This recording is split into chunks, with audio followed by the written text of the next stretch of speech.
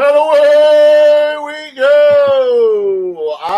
Ruffy's getting ready. Warm up, Ruffy. I'm pumped. We got a great guest tonight. I am pumped, Petey. I'm pumped. Oh, yeah. Welcome to the Gettin Salty Experience podcast. This is the only one, bitches, that brings the Firehouse kitchen table to you guys. It's often imitated, but never duplicated. How you like that? I almost fucked that up. Blew it. You blew it. You blew it. As always, I got my right-hand man, my numero uno, friend of 40 years, Ruffy Lieutenant Rafrano. Bam. Bam. We got PD, the pussy proby boy. I'll tell you why. So just before we get to our guest, I introduce our guest. We got to go over what transpired about 5 o'clock today. What transpired? So I'm outside working out, Lou's at home. We get a panic text from Pete. Boys, show might be off tonight. Power's out in Long Beach.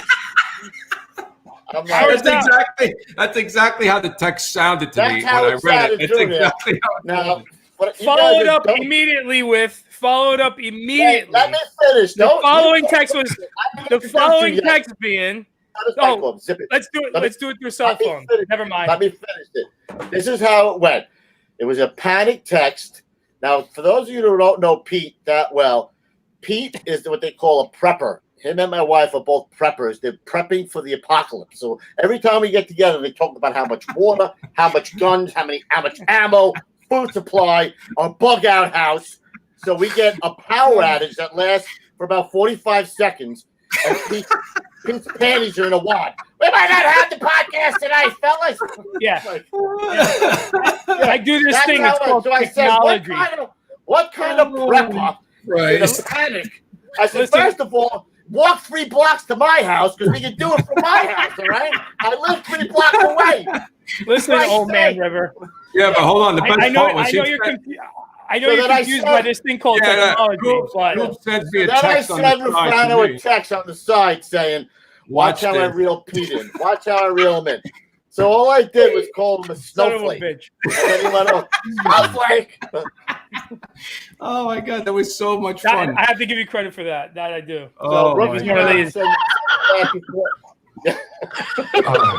So listen, if the apocalypse comes, don't fucking ask to rely on people's shit. Definitely. Just take his ammos on his gun and his bottles of water. Good luck with that. Bitch slap him and take all his shit. I can see at night. All right, let's get going. All right. So listen, here's the second thing. I want to thank Bill Belinsky. He sent this cool. Chief Steve has now a front piece. Check it out. Unbelievable. Great job. Thanks, Bill. He also sent my little guy who cracked his dome last week a bag of chips, kettle chips. And the kid had a smile from ear to ear. I opened up the box and kettle chips. My son loved them, ate the whole goddamn bag, didn't give me one of them. So, all right, we're done with that. Without further ado, we introduce the man, the myth, the legend, Dan Potter. Not the legend. Oh, not the legend. There he is. Yes. Shalom.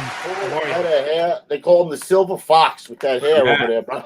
Nice tan. Looks good. He does. He looks really good. Welcome to the show, Dan. Hey, Privileged to have you. I tell you, you guys do a great job, and you've had some great guests on. I'm humbled to be here, and I tell you, you're doing a great service. I think this is what guys need out there right now. A lot of retired guys, different guys on the job, that maybe not so much into the job, but us guys are still into the job, so it's good to be back in the kitchen again with you guys. So yeah, we're at the kitchen table, bro. That's what it's all about. So Dan's been around for a while, bro. He was let's talk about the buff years before you actually got on the job, because you started out in DC, right? Back in 79. Before that, you were buffing up in the Bronx, right? The Bronx, yeah. During the day, before a report from Engine 82 came out, my uncle, we call him Uncle Jack. He grew up with my dad, little kids all together. So Jack went on to the fire department. My father became an electrician, but they always stayed close. So hence he became Uncle Jack. So, I got to talking and realized when I was about 12, 13 years old, he was a fireman, And so I started asking him questions. I said, when you come out and visit, bring a magazine. Can you bring some magazines? Something. I just want to read some fire stuff out there. So he would come out and visit, bring me some old fire engineering or some old WNYFs, and then say, no, I'm subscribed to WNYF. So I still got the brand new 1970, 71, 72, 73 WNYF, still in the same package.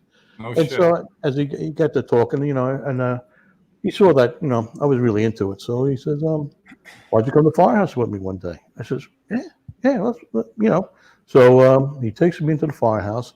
And it's engine 82, ladder 31. Oh, my God. Are you kidding me? In the 70s? Okay. And 85 is there.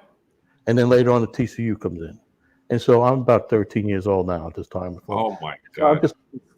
This is unbelievable for me to be in a firehouse like this, And they go, yeah, you ride here on the truck. I go, what? You ride on the truck here.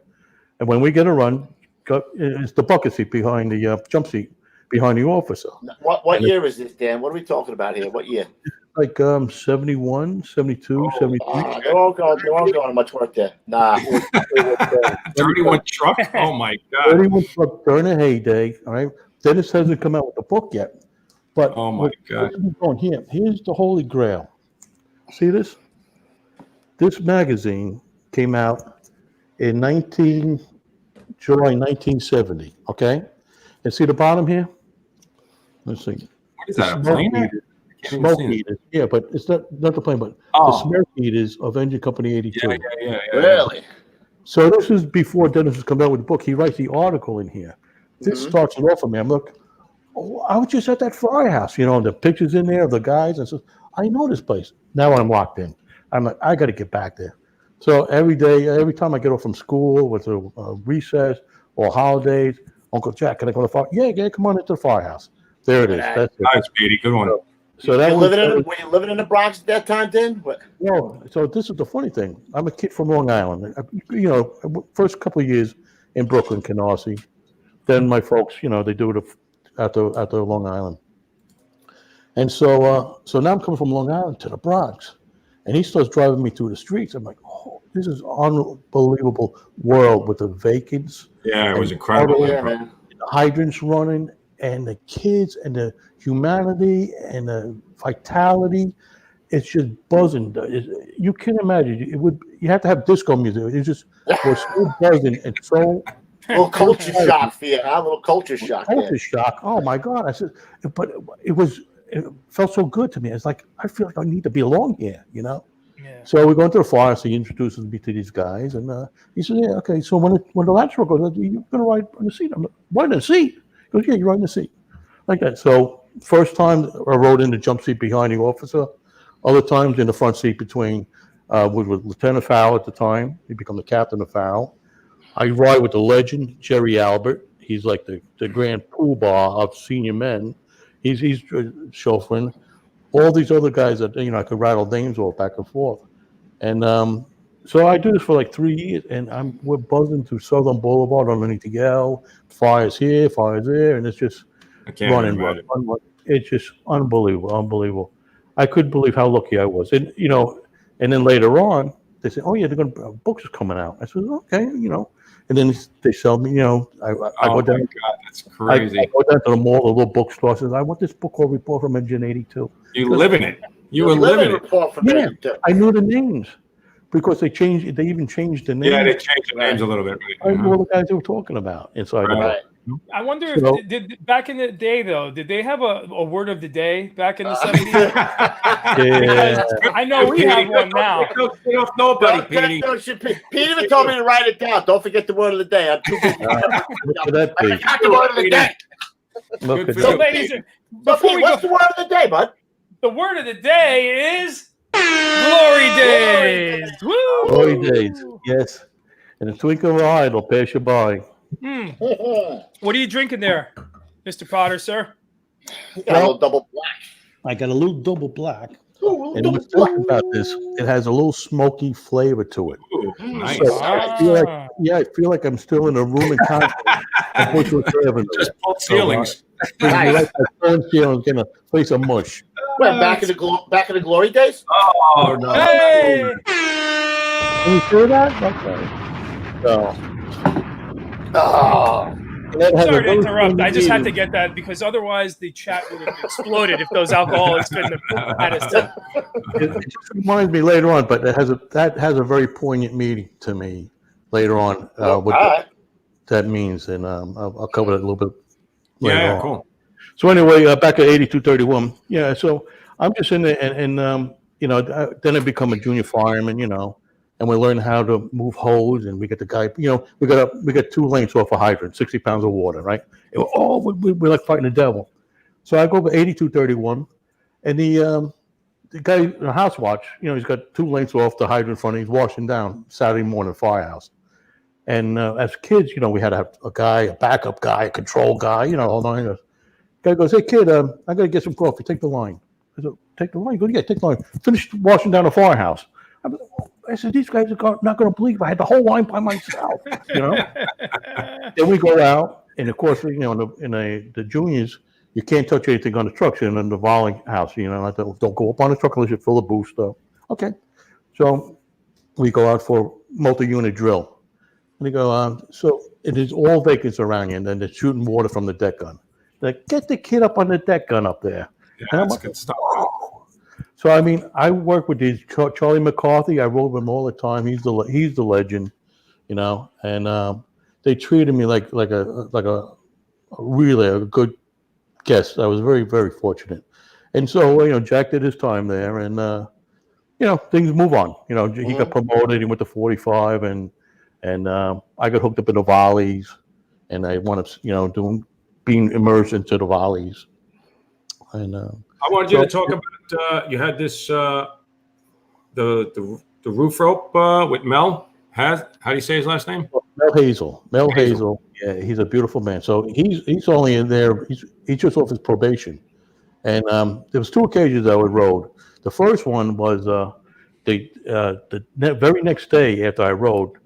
31 truck in 82 go down there, and the gypsy cab drivers were protesting, and they boxed them into a block, and they bombarded the hell out of the rigs with bottles and rocks. Really? Guys were diving inside trying to count. So I missed that by 1 day. So the other second time was Mel Hazel. I rode that day. Next day he comes to work.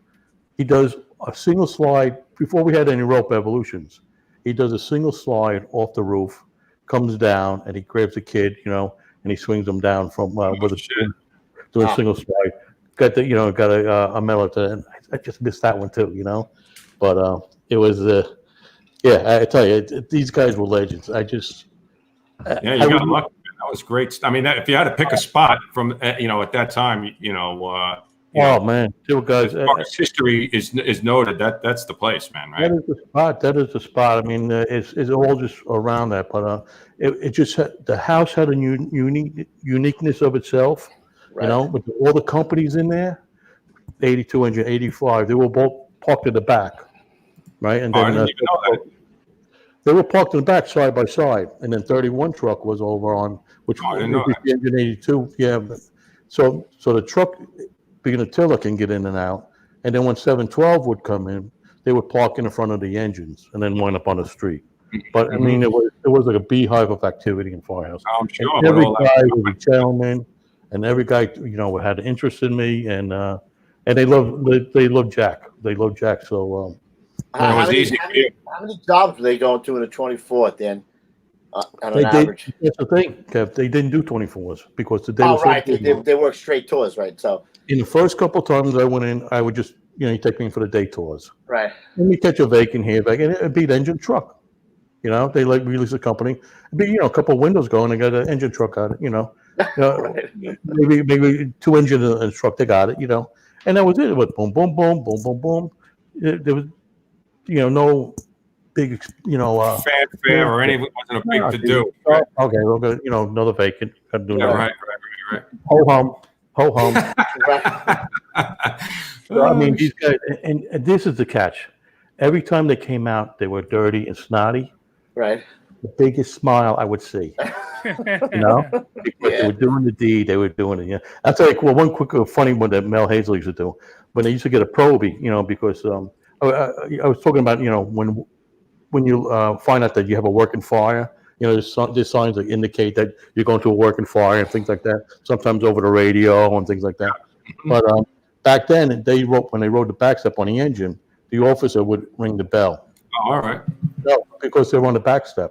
Oh, right. Ah, that's right. So the officer would ring the bell, let him know, I know something you don't know, But on the truck, they had the diesel stack right through the back where all the guys rode, right? Mhm. The diesel exhaust was there, and it had a protective shield around it, like a screen. So they used to take a wooden chock and they would wedge it between the screen and the muffler, right? And with the Proby, so after all the runs, they start smelling smoke. Hear that smell? That's Proby? We got to go. Probe 9-2, Oh, no. So that was their gig. They would put a wooden chock in it to start smelling smoke like that, and they amp them up a little bit. It would just get hot. Yeah, that's funny shit, man. I never heard that type of story. Yeah, that's good stuff. Yeah, I can't tell you everything. Yeah, that's it. You didn't want the stories. You didn't want the stories before the show, remember? He was trying to get him out early. I had to stop him. Look, please. I've been in so many of these stories that I can't believe I remember them. And I used to. Well, I just started writing for this. Can I mention this? New York City Fire.net. Yeah. New York City Fire.net. They gave me a little spot on there, and I call it's in the history section, and I call it Glory Days. Oh, and I would just, get it again. Thank you, Dan. And so I just started writing tidbits about my memories, but I found myself, that's a good one. And I just started cataloging. I got a notebook and I wrote headings across the top of different companies and stories that I remember. And I tell you, Louis and Kev, it's like I'm back there again. For the hour or two I'm typing, I'm back there. I could see the guys, I could smell the firehouse, and I'm like, yeah, nice. And so I think I've done about 70 stories on there from my different places, and it was. That's funny you say that, because I never, we don't know each other, and guys send me stuff. A lot of FDNY guys send me who, years past. I don't know many guys from the Bronx, and so your name popped up a few times, and then somebody had mentioned that you were on the Glory Days, and I never went on that website. Oh, in the what? Oh shit!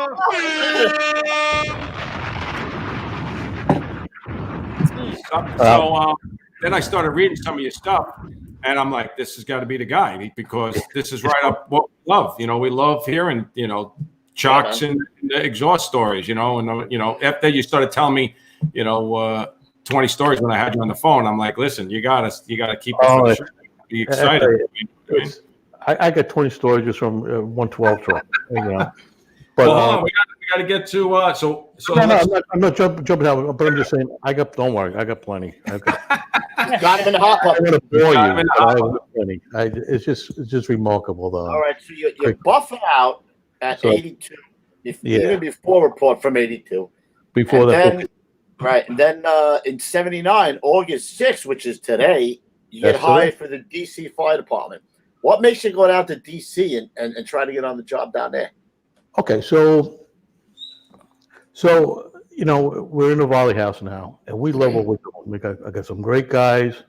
We said, you know what? Let's make sure we get a career. We do something. We work on a career. So consequently, my dad is an electrician. So one day after dinner, he says, "Come on downstairs, Dad." I said, "Okay." So I come downstairs, and he's got the workbench. He's got this, receptacles and light switches and, all these things later on workbench. I'll show you, we're going to wire this. I'm going to show you how. And he's got a little light set up. If I touch the edge of the box with a screwdriver, you got electrocuted, So I go through the whole thing with him. I says, "Well, what's this?" Because I'm going to show you how to be an electrician. I'm going to get you into the union. I said, "No, not for me." I said, "I'm going with Uncle Jack. I'm going to be a fireman." So he gives me the best advice I ever heard. Okay. Goes, "Well, you want to be a fireman in New York City?" I said, "Yes." He goes, "Don't put all your eggs in one basket." I said, that's a gem. That's a diamond. So what I do is I go back with all my volley friends. We're all the same age together. Where are you volleying at anyway? What town? Brentwood. Brentwood, Island. Oh, Cool. Seen some Brentwood work out there. busy shop. Mhm. I'll tell you, it was I kept a logbook because I'm anal. Okay, I kept a logbook of all the fires I went out there in the 3 years I was there. Went to 77 working fires out there. So Wow. it's a couple, yeah, for a volunteer fire department. Yeah, man. Pin jobs on Long Island Expressway. Oh yeah. So Sure. there was us young guys doing it together in the hook and ladder company out there. We were the only hook and ladder company, and Brentwood was the size of Manhattan Island. We covered that whole area. So we had nice work. Anyway, so what was my thought? So Your father tells you don't put all your eggs in one basket. right. So what we do is we network. We said, let's start writing letters to all these fire departments that are going to have a test coming up. And we start going to I drove to Cleveland 10 and a half hours. I drove in a 66 Chevy. Cleveland to go for a while. After this, I flew. But we were all on tests. I was on lists. I was on New Haven, Bridgeport, Philadelphia, Anne Arundel County. I could go on. Did I say Philadelphia, and DC, and Cleveland. So we were all on these lists. So what happens is in 1979, the women freeze the hiring from FDNY, right? So I get called myself and four of the same guys, Shit, DC.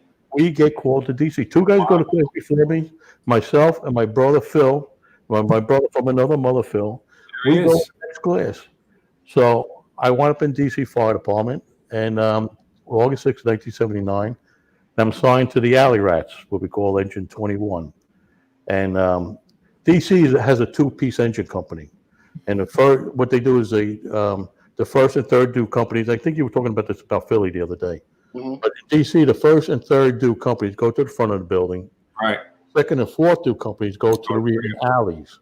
So we were running almost all the time in alleys. So we would call ourselves the Alley Rat. Good fire duty down. Good solid fire duty. They had their war years in '68 with the riots. So Right. a lot of legends back there. A lot of good fire stories. And so I was down there for 3 years to the day. And when New York City called me, the other guys, I was the only one that passed the city fire department test. No So shit. those three guys made great careers down there. One guy, my buddy Phil, he won the Firehouse Hero of the Year award back then for a rescue in Rescue 3 down there. My other buddy Mac became a battalion chief, and my other buddy Mike became lieutenant. So they all had these great successful careers, and it was an aggressive department, as far as with the boxes. Again, the two-piece engine companies, right? So can you imagine when somebody pulled a fire box? There were 4 engines coming with 2 pieces. That's 8 trucks already. Two. Oh my God! And a rescue and a. New York now. Forget that shit. Yeah, it's like a parade. Pull a box and you go watch a parade of just rigs coming down. Parade. Yeah. You sit there, you're bored. Parade. I hate that. That was during the Carter years, so I mean the economy was in the shit. Carter was down there. You probably were going to work then, man. The economy was in the shitter then. There's a lot of areas in DC that are tough areas. Right. Basically everything outside past the White House. Yeah. There are some rough, tough areas over there, and so I was down there for Carter. Ronald Reagan came in. I did a lot of those banquets. When we got in, I saw met a lot of senators. Met John Glenn. You had a gig. You need a gig. You had a gig. A gig. Yeah. So we would sit, and where was it that you worked again in DC? They were asking you in the chat. No, he wants to know what volley out for Brentwood. Brentwood. I went from Brentwood down to DC.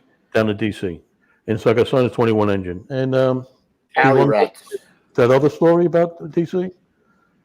We're in an alleyway one day, and we got a job up on like the 4th floor, and looking up, and there's a 35 ladder to the 3rd floor, but nobody's on it. But there's a woman on the 4th floor, and she's yelling, she's screaming. So we pull in the alley, we're getting hosed off, and okay, someone's gonna have to get her. I can't do nothing. And the guy comes whipping around the corner, and he's carrying the scaling ladder. You know, and what is it, like 12 feet long or something like that? Scary ladder. The scary lad. He's come whipping around the corner. He's banging things, banging that. So we have sergeants down there, not necessarily lieutenants. We have sergeants. The sergeant goes, "Hey, give him a hand. Give him a hand." I go, "Okay." You know, so I got 3/4 boots on. They pull down the coat, the whole, you know, no SCBA, but just that on. And he goes, "Give him a hand." I said, "All right." So he's got the gooseneck, and he starts going up. And I grab the bottom of the ladder. And next thing I know, here we go. We're going up the 35-foot ladder together. He hooks it up to the 4th floor. He starts climbing, I climb, you know. I'm right behind him going up there, and I got the, you know, when you do it in probie school, you do it with work boots on or sneakers. I got the full boots on now. Yeah, clog hoppers on those little handles, man. It's tough to little tiny handles, and they feel like they're not that small. You can't feel it through the rubber, I'm sure. And the guy goes, there was truck 3 guys, his name was Joe. He goes into the window with the woman, and I get up there, and I just got my head up at the window, and here she goes. She almost knocks my face off, you know. Her leg's coming over. I said, "Oh, she's coming," and she's a big woman. So I'm holding around her, and I'm trying to grab the rung, you know, coming You're down. holding the heart on the scaling ladder. Yeah, I'm grabbing the tips of the, because I can just about get around. I can't grab that. Wait a minute, you said the tips. I thought he said that too. I thought he said he grabbed them by the tips. Over here. It's a family show. I'm sorry. So yes. So you grabbed the tip. All right, we got it. Tip. So, but you know, so I take it down, and you know, finally get that down the 3rd floor. I kick in the 3rd floor window, and you know, we push her in, and then the other guy, Joe, comes down. He goes and he takes it down to the street. I come down to 35, and the only thing beating harder than my heart are my knees. You know, they're like, man. Like, but that was my claim to fame down there. It was the scaling ladder rescue. Scaling ladder rescue, bro, and you were part of it. He went over the gold bar. You know, they give 3 medals out: gold, silver, brass. He got that, which he, you know, truly deserved. And even by that time, I got called for New York City. But what made it harder too was a friend of mine that was a captain in 21 engine, a lieutenant. He gets promoted to captain. He goes to Rescue 2 in D.C. And he calls me up on the phone. He says, "I know you're probably going to go back to New York City soon." He says, "But I got a spot for you now." I said, "I'm going back." I said, "But I got to go back to New York City." And so Did you think about it, though? Did you think about it? Was it? Did you think about it? Was it a possibility? Were you? Well, you know, you got family back here, and FDNY, and I got a lot of history with FDNY, you know, and you know, Uncle Jack's down at my graduation when I was down there, so he's got plans for me too. But I tell you what, Uncle Jack, there he is. It was Uncle Jack during the war years. In a denim coat. That's my mentor. Could you pick a better mentor than that? I mean, he was my mentor, and he was for the young guys. He was clear-headed. He always projected a different level of sensitivity. You know, if everybody was going this, he always had a different view of things, and made me as a young man say, "What? I got to stop back. I just can't, you know, react. You know, what would Uncle Jack say?" And that's what I used to do. So God bless him. He passed away about 11 years ago. He left an impact on you. He was my mentor. He taught you to think outside the box, man. Let me tell you, Kev, I did everything he did. I bought the same watch he had. I walked like he did. I just wanted to be Uncle Jack. That's awesome. God bless. Right? I mean, everybody hopes to have that guy in their life. That's corny, but you couldn't have a better guy in your corner that took care of you, had to express. Dennis Gordon talks about him all the time. Wow. Dennis Gordon, he became the lieutenant in 38 truck, Jack. And so Dennis worked with him over there, and the guys in 45 engine we worked up there. I never heard one bit of bad word about him. Wow. Guys loved him, and he loved fire duty, Jack. He just wanted to go. Here's the Uncle Jack in the glory days, right here, Pete. Cheers.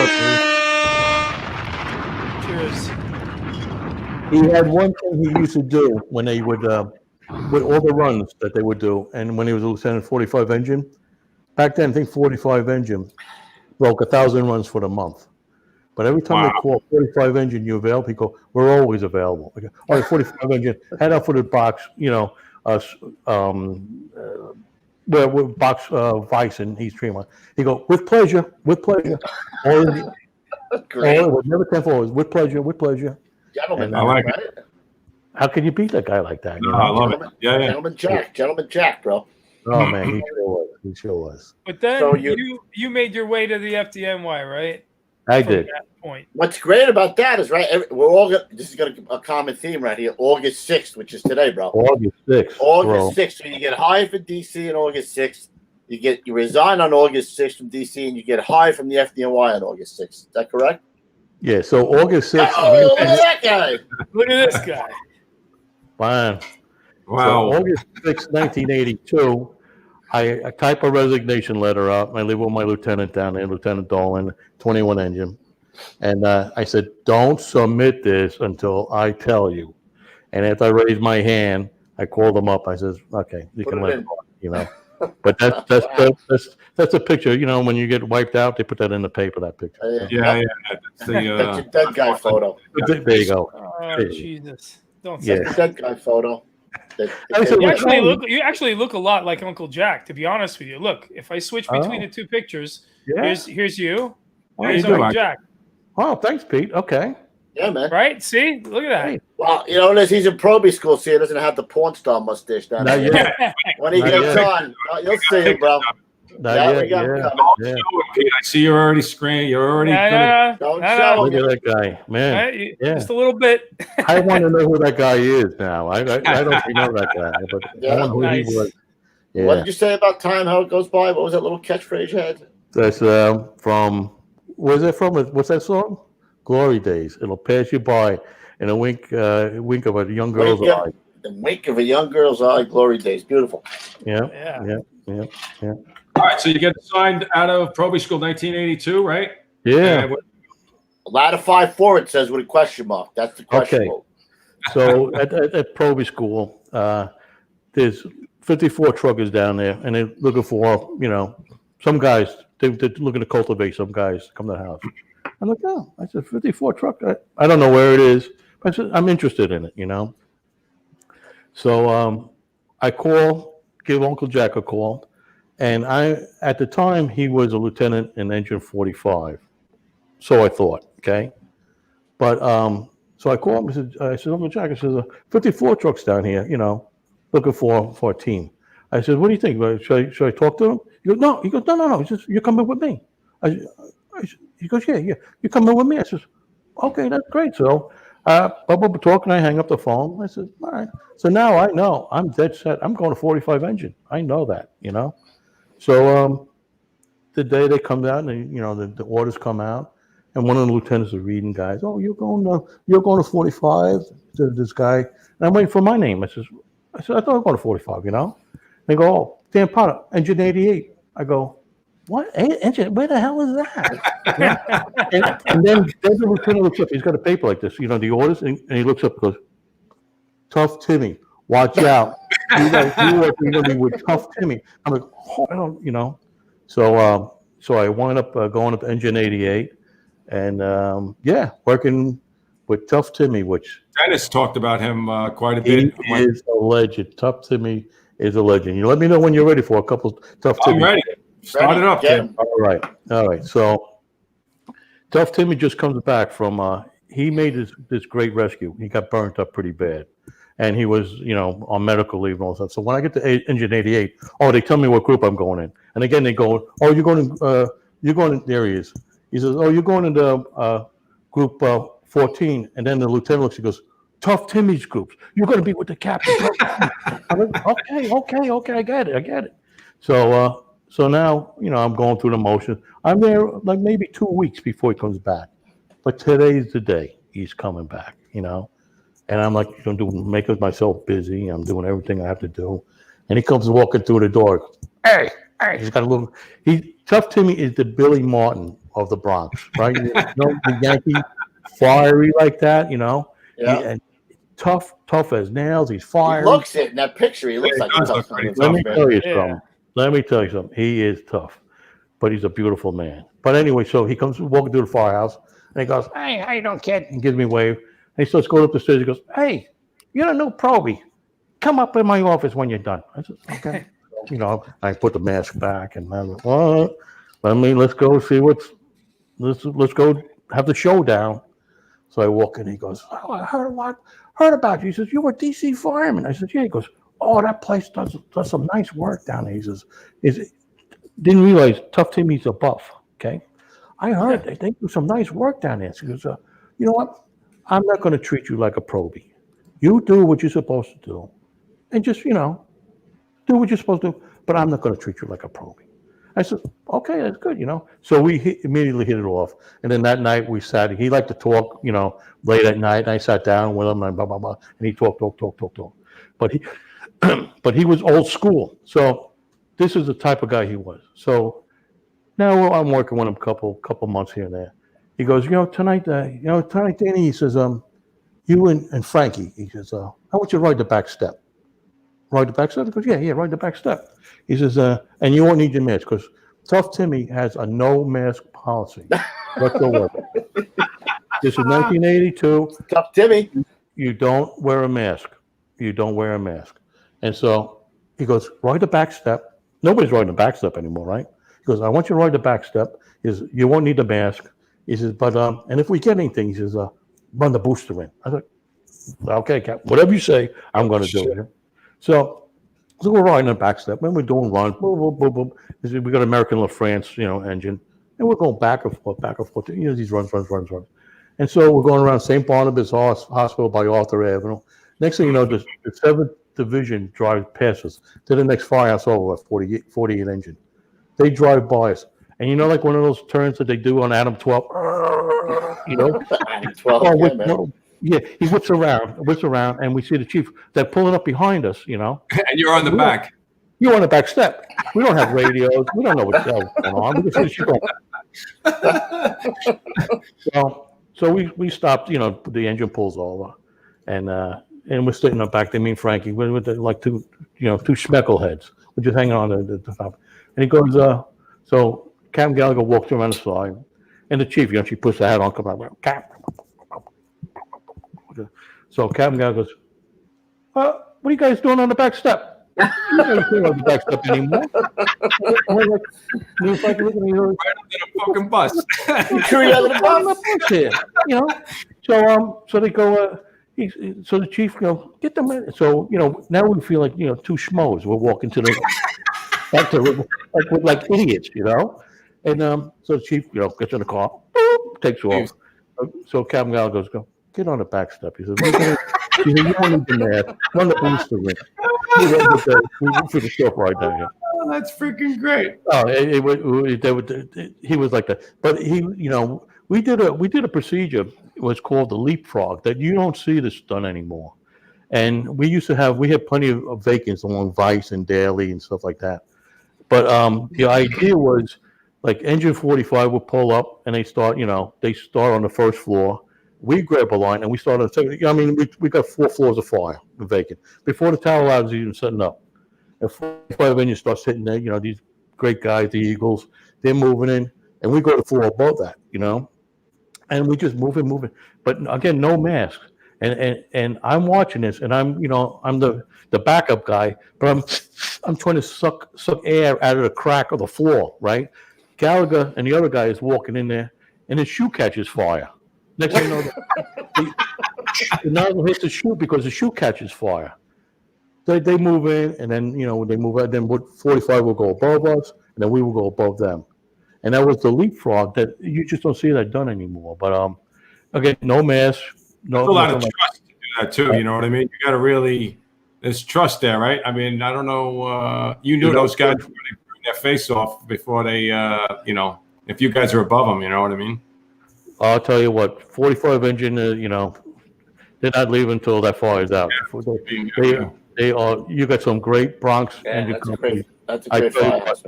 Their ears will melt on the floor before they come out. They're not coming out. So no, there was no word. I didn't question it seemed like I wasn't on an 82, but even when I first got on, the first thing I kind of learned was you didn't even think about those things. You knew the guys were going to do everything, to the last effort, right? I mean, nobody would bail. You didn't have to say I'm going above or any of that shit. It was just, Hey, we lost Pete. I wonder if his power went out. Wow. Well, it seems like everything's running a lot smoother. I don't know. Yeah, who is fucking Pete? Looks like you threatened him. What's that? One more quick Gallagher story, and then Yeah. So they're up on the floor, up on the roof. They're mopping things down, and all of a sudden the roof collapses underneath them.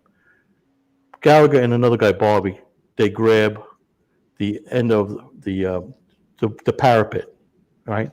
So Gallagher tells Bobby, "Throw your helmet down. We're stuck up here. Throw your helmet down."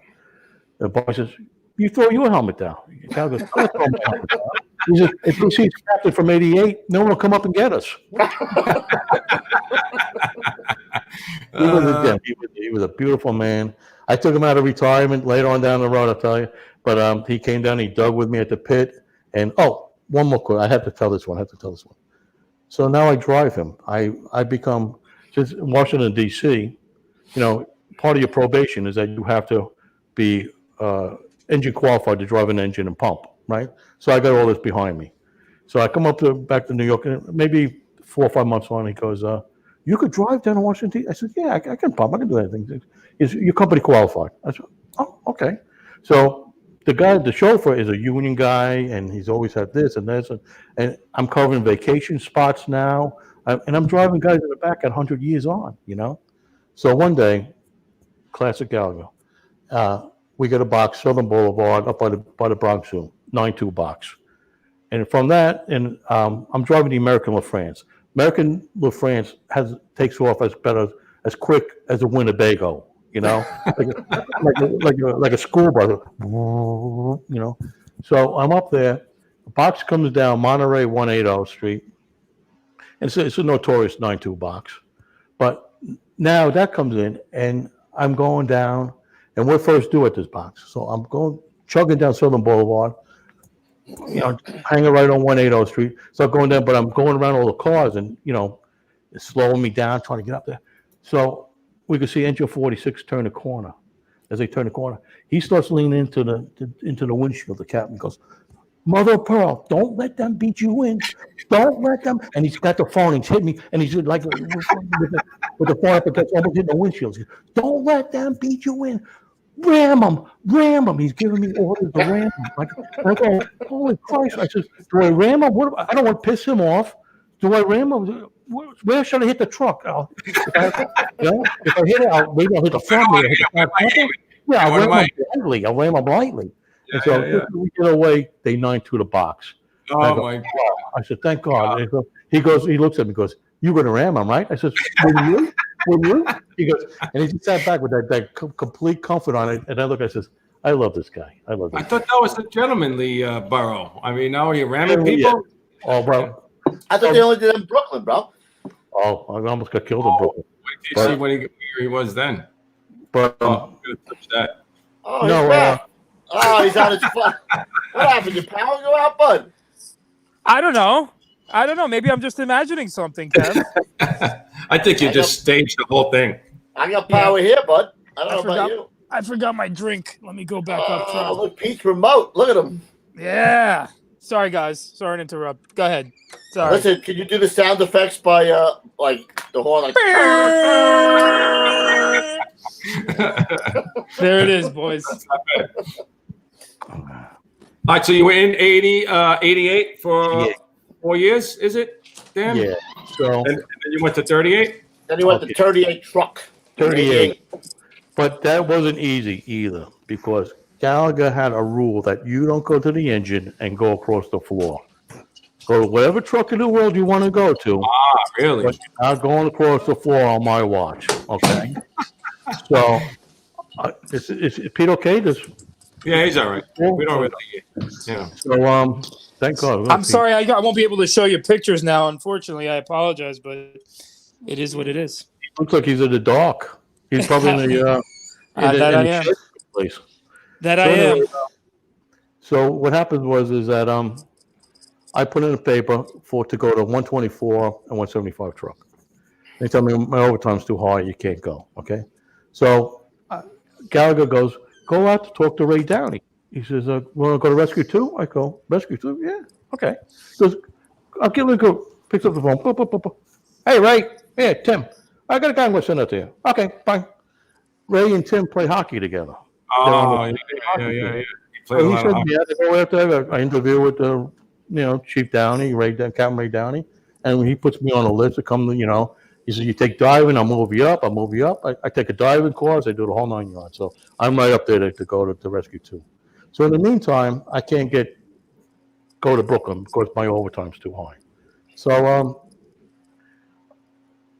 I stay in the 88 engine. And so again, I try later on. I said, let me put in, for some companies to try again to go to Brooklyn. And the transfer desk called me up. They say, you're not going to go. Your overtime's too high. She said, but I have a spot in 38 truck. You want to go to 38 truck? I said, oh, yeah, put me in for 38 truck, Boom, I'm over there. Oh, shit. He must have went crazy. So I have to go up and tell them, I have to go up and tell them that what I'm doing. And it's like put on the Matador music, because you didn't care and the horns come out. Like, what? He's smiling. Then it just changes. I said, Cap, I said, I want to go to a busy truck. I said, I want to go to Rescue 2. I said, and Ray Downey said 38 truck's a good truck to go to. So that was my Hail Mary pass. Yeah. Gallagher gave me 2 years. He said, I'm giving you 2 years of 38 truck. And if you're not in Brooklyn, you're coming back here in 88 engine. So I was in 38 truck with Brian Hickey, from Curtis Gordon. It's all senior truck in there. Beautiful guys, I first get to, now I'm working with my Uncle Jack. He's in 38 truck too. He's a lieutenant over there. So I'm working with him. And one of the coolest things is that one day I'm to drive him. So here I am. I'm going to drive my mentor. So I got one ladder 38. He says, guy tapped out. She says, you're driving me today. So here I am, 38 truck driving Uncle Jack. I'm like, beautiful, right? It's cool. That's pretty sick. Yeah, but it's all senior truck. I remember, went to help the senior man, wash the truck. But stop, hold, you got the wrong brush. He says, here's the brush for the wheels. He says, you do the wheels, and then, we'll work you up. Another senior man grabs me because he's going home. He goes, hey, come here. We were either junior or punk. That's because it was Dennis Gordon, myself, Timmy Kelly, Brian Timmy Kelly was there, right, too. Right. Joey Principio. We were the young guys in the truck, okay?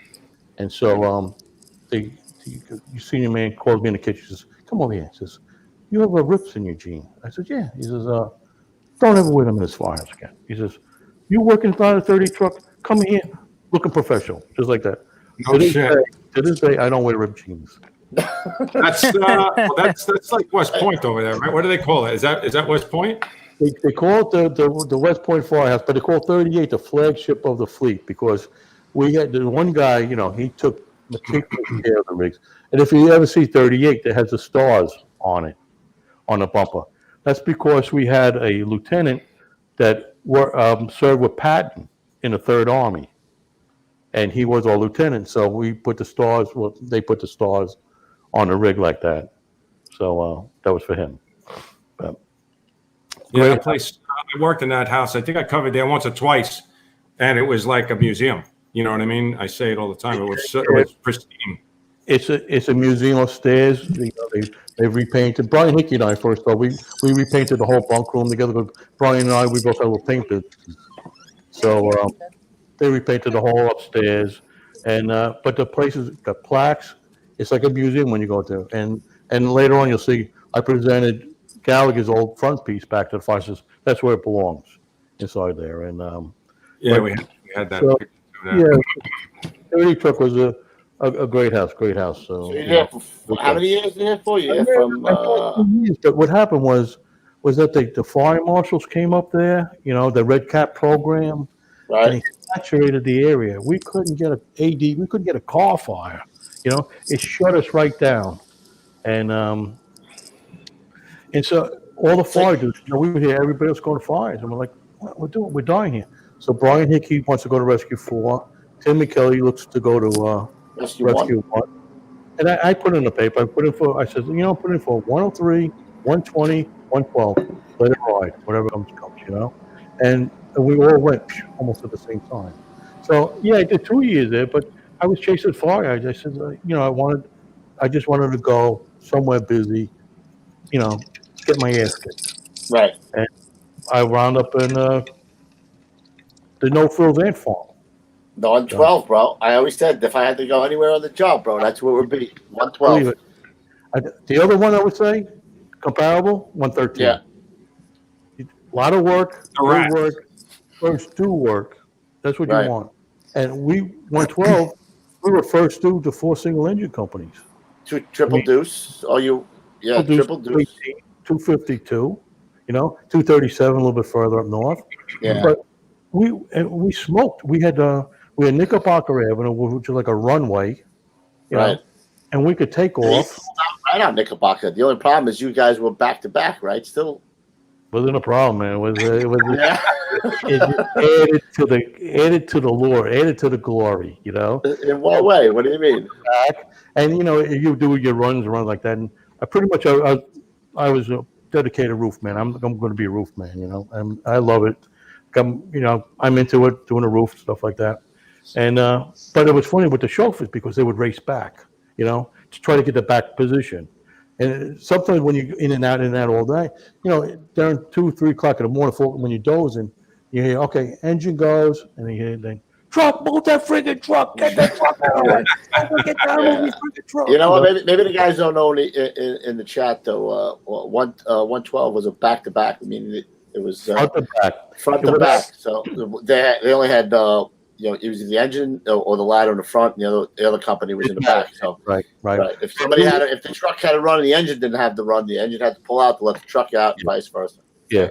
We've also dumped the engine on Knickerbocker Avenue if they didn't come down fast enough. Put it out there, if it's still there, still there. The House of Pain, right? That was the House of Pain. That came after me. It's a good name. Right? Yeah.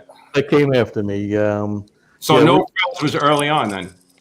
It started off as Ant Farm. We started off with Ant Farm. Why the Ant Farm? What is that? So what happened was, because the house is so tight with all those guys, don't forget, it's a single style firehouse. It's designed for a single engine, okay? And 112 was supposed to be a temporary detail. But when they wanted to move them to triple deuce, they said, the community got there, they said, no, this ladder truck has to stay here. So we're a single engine house, and it's so cramped, and you guys are on top of each other. We don't have enough toilets, in the firehouse. Yeah. The kitchen is like somebody's house's kitchen. It's so tight. We sit in the dining room with the tables almost against each other. Guys have to sit with their back, And so it was just, so jam-packed. So there's one kid transfers in, and he realizes what he did. He says, he's looking around, and he's there maybe 1 or 2 tours. And he says, I got to get out of this place. This place is crazy. There's people here. There's people. I have no privacy. I can't do that. I can't do this. And he's walking around, and you can see him. He's talking to himself already. He's sweating. He's losing weight. He's pale. You could just see he doesn't belong, So one day we're all up the house watch, and we hear him on the phone. He says, I don't care. You got to get me out of here. This place is like a freaking ant farm. Woo! Like that. But we're like, listen to that. We said, we have legends in this firehouse. Guys are broke their asses going 5. This guy's going to stick around here. This name's going to be here forever. And sure enough, we started painting the firehouse. I designed that patch. I wish I had that photo. The no frills and the God. I wish you guys could see it right now. Sorry, everybody. So we designed the ant farm patch, and that was it. So we were that for a while. And then what was happening was we were getting all these spares, we were getting junky spares. And the next truck down for us getting brand new truck, 176 was getting the truck, gold, we get an old spare. Then we get these, what do you call it? Like, we're supposed to get a hearse tool, right? Mm-hmm. So we go to the Rock, and they're going to train you on a hearse tool. Okay, good. And they go, oh, you're over there. And the jacks, the jacks with the chain? They said, no, you're not getting a Hearst tool. You're getting a Jacks with the chain. Well, what? What? No, this is 112. You're getting the Jacks with the chain. And they said, you can use it, but we're not calling you. We're not going to. We're going to call 176. All right. And then meanwhile, you probably had the Hearst tool out in Brentwood already, like 5 years earlier, right? I used the Hearst tool quite a bit out there. But, so anyway, then we go back to quarters, and they gave us, hey, you got a new rabbit tool. So we look at it, we're like, this ain't new. This thing's been, we fixed it. With the shops, we fixed it. And everybody's getting a bunny tool, a little pop tool. Yeah. The bag's ripped, the tool. Yeah. What are we? And we both said, myself and Lieutenant Tom Kufner, what are we, no frills? Boom, like wildfire. That took off. And I know you can't put the picture up, Pete, but it's great. We had one of the guys got a new red car. We put the 112 bumper sticker on it. We hooks, ladders, everything sticking out of it. Station wagon. Guys, the company numbers. We all had no frills. Stenciled. Like when you're taking the Zats, he would stencil on no frills. We had that on the back of our coat, and so we were no frills truck after that. You had a bunch of single engine companies. What trucks were you running with? 111, 176? 176, 111, 124. Great 124. Yeah, Tonka truck. Quite great, great companies, and they were always there on top of everything. Always with 124, it seemed like most of the time, right? What's that? You ran in with 124 the most, I would say, right? Yeah, I would say, And the thing is, by the time they got out of course, because they're on a side street, Yeah, they're on Himrod. Yeah. Bronx was different, when we responded, Basically, you respond to your ticket. I remember 88 engine turning a block, 45 engine wasn't there. We let 45 come in, but then we taking it. But Brooklyn, that's off, I remember 176 coming at us. We're first due. And they almost going to T-bone us. I'm like, it's an oil burner fire. You want Was Caratu there when you were there? Triple dudes. He was foaming at the mouth to get the 112. He couldn't. He was but he was a beautiful man. Love Ronnie. Such a character, right? That guy. He's such a nice guy. You should get him on. He was a lieutenant and a captain there, right? Wasn't he in 112 or just a captain? Fireman, I think. He was a fireman in 112. Did he? You know what? I don't know. Yeah. I thought he did. Maybe, you know what? Maybe it's fireman, lieutenant, and captain. I think. I don't know if he did lieutenant because I don't know, Lou. I just know he was a fireman there. Then he went to Triple Deuce as a lieutenant, and then after I left, he finally got the spot in ladder 112. Yeah. So I remember when they went to when they were building the firehouse. Maybe they were quartered in Triple Deuce for a short time, right? Yes. And they were catching so much work. He wanted to stay there so bad. And then they put you in a new firehouse. But I remember him saying that he wanted to stay there. He had some story with like his old bike, right? Didn't he have like a... I watched that thing. Again, I only knew Ronnie so much from, just seeing him in Triple Deuce. A few minutes, we could talk like that, But yeah, I read that there was something on the YouTube about him.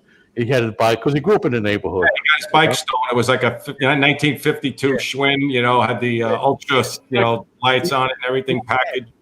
He stopped. He would be collecting. He used to take all the cans, return. He used to do that too. He was a good Ronnie was a very cool guy. Were you there with Chief Ferran?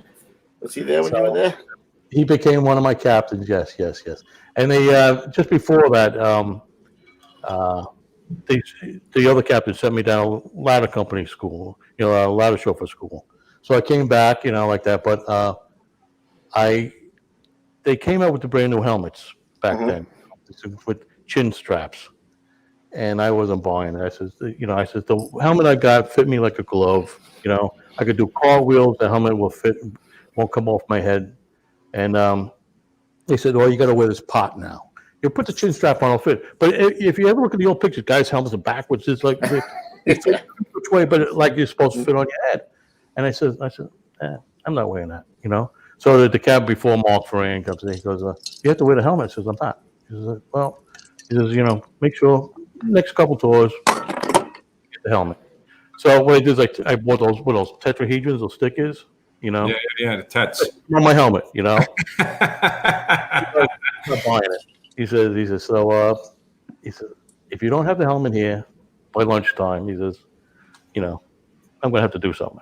I said, well, I think it's in the garage or it fell off the truck someplace. I don't have it. So he calls my bluff and he says, all right, King. He says, look, he says, I tried. He says, but I'm going to have to send you someplace for 30 days, a little discipline action. I said, okay. I said, where? He says, I'm going to send you to 103. I was like, 103? I'm like, oh, but I'm in my brain's going, wow. Well, they always send you to shit spots when they lift you, don't they? Whoa. I went there, bro. Yeah. So down at 103, guys are calling me from 112.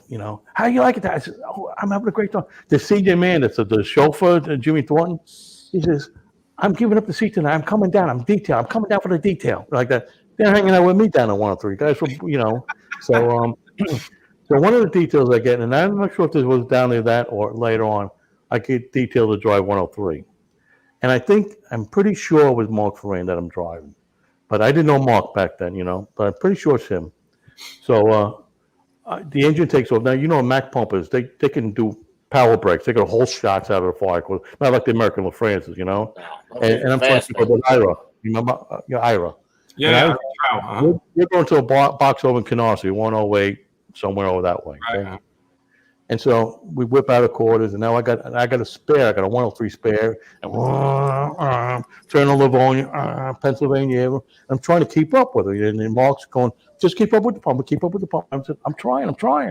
So they break at Linden, and I catch up with them, and then they take off, and then all of a sudden, they make a right on Stanley to go down to Canarsie, and you could just see the pumper going like getting small.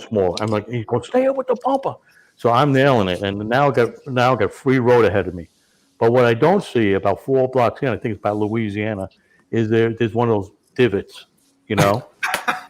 Set them flying. And I hit that baby, full blast. I hit that in the back, woo-hoo!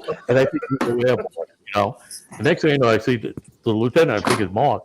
He's crumpled up in the front seat, because he hit his head and he came down and he's over there. But that was after he regained consciousness. And I hit that baby. I know where that spot is. I had to be airborne. I had to go at least the front end airborne. Yeah. Hey, Pete, are we interrupting you, Pete, at all? You all right? I think he got his electric back. I got my electric back, so now I'm going to go back into my proper chair here and get you guys the pictures to all these beautiful stories because the pictures are really good. So I don't want to miss that. So I'll see you guys shortly. All right. So I got a story like that one time. I'm driving to Deshi, right? And there's a little bit of snow on the ground. So I found out the hard way that those bumps that they put in the road that they say bump. But if you're going down a one way the wrong way, it doesn't say anything. I set the rig flying, bro, airborne, because there's no fucking signal that there's a bump because you go the wrong way. And not the cigar. He had a cigar in his mouth. Cigar was flying out of his mouth. You can see the composure, and your first inkling, right, is to look, make sure everybody's okay, and then you have to crack up laughing. The best is like the glove box. Everything everything comes flying out everywhere. Space, like doing cartwheels in space. Yeah. Oh my God, so, that's fucking funny. So you want a 112 story? Yeah, give us a 112 story, bro. Hit it. This is my best. Okay, we're coming up to centennial. All right, 100 years. Okay. Now, we are strictly guys. We are like no frills guys. We don't want pageantry. We just want to do, let's, what? We all get a company meeting and we're all in there and guys saying, how about this? Why don't we just write a nice check up to some group, some, organization. We go someplace, we have a nice couple burgers, hot dogs. We toast all the brothers who passed and like this. And we're going around in a company meeting. All the guys are, great idea. No pageantry, no this. So we said, okay, that's a good idea. So we leave the meeting. Next thing you know, the captain's saying, no, we're going to do this whole rig. We're going to do the church, the mass. We're gonna do blah blah blah. Have the whole, and we're going what? So we found there was these guys. We call them the six who care. No, you can't do this. You gotta have the centennial. You have to. So the six who care take over. So we're like, oh, all right. So now what we're doing is we're going to have this the day of the centennial. We are going to march down Knickerbocker Avenue to St. Barbara's Church. So there's 45 of us, 50 of us, and we're on the street like this in Knickerbocker. It's like about 9:30 in the morning, and we're going to march all the way about 4 blocks, make a left, and go to St. Barbara's Church. And so, us, we don't march. We're like schlubs. We sashay. And so it's us walking, a group of us, the truck behind us, the engine, and a cop car. So we're marching down. And the next thing, then there's a guy sitting on by the bodega, and he on the garbage can, he's drinking a beer, he's going like this, like this. And so next thing you know, the truck is blowing on, bop, bop, bop, bop. The truck's blowing a horn, like, what's it? Maybe seeing some people, bop, bop, bop, and they're getting closer, and they're blowing a horn hard at us. They're like, what are you doing? And the truck is creeping up to our pack of marchers. And we're like, what are you doing? And we're starting to get out of the way because the truck is coming in, not stopping. So the truck veers off. I had this verified because I said, I can't believe this. The truck veers to the right, goes up the curb, almost takes down the red and yellow bodega awning, right? Meanwhile, the guy's drinking a beer. He's up against the fence like this. Oh, and the truck takes off. Woo, woo, woo, woo, woo. And they bop out, takes off. They go up Myrtle Avenue, make a left, and the truck is gone. And we're like, what the frick was that? Now we're all standing at Knickerbocker Avenue like jerks. We're all standing there, and the guy drinking the beer now, he's applauding. The cop gets out of his car. He's going like, what the hell just happened? Yeah. So let's call these two guys driving a rig. Let's call them Gilligan and Skipper. Okay. I like it. They hear a box coming in over there, and they decide to take this box in by themselves. We're out of service. They took off on themselves with my God. No gear, nothing, and they go, and they go up and they're gone. I would do that. We're standing in the street like, okay, what do we do now? So we scrubbed all the way up, and then about 10 minutes later, the truck is behind the police car. Is that right? Yeah. And the captain, his head is red beat. He's like, he's gonna kill somebody, right? Guarantee you don't hear a story like that again.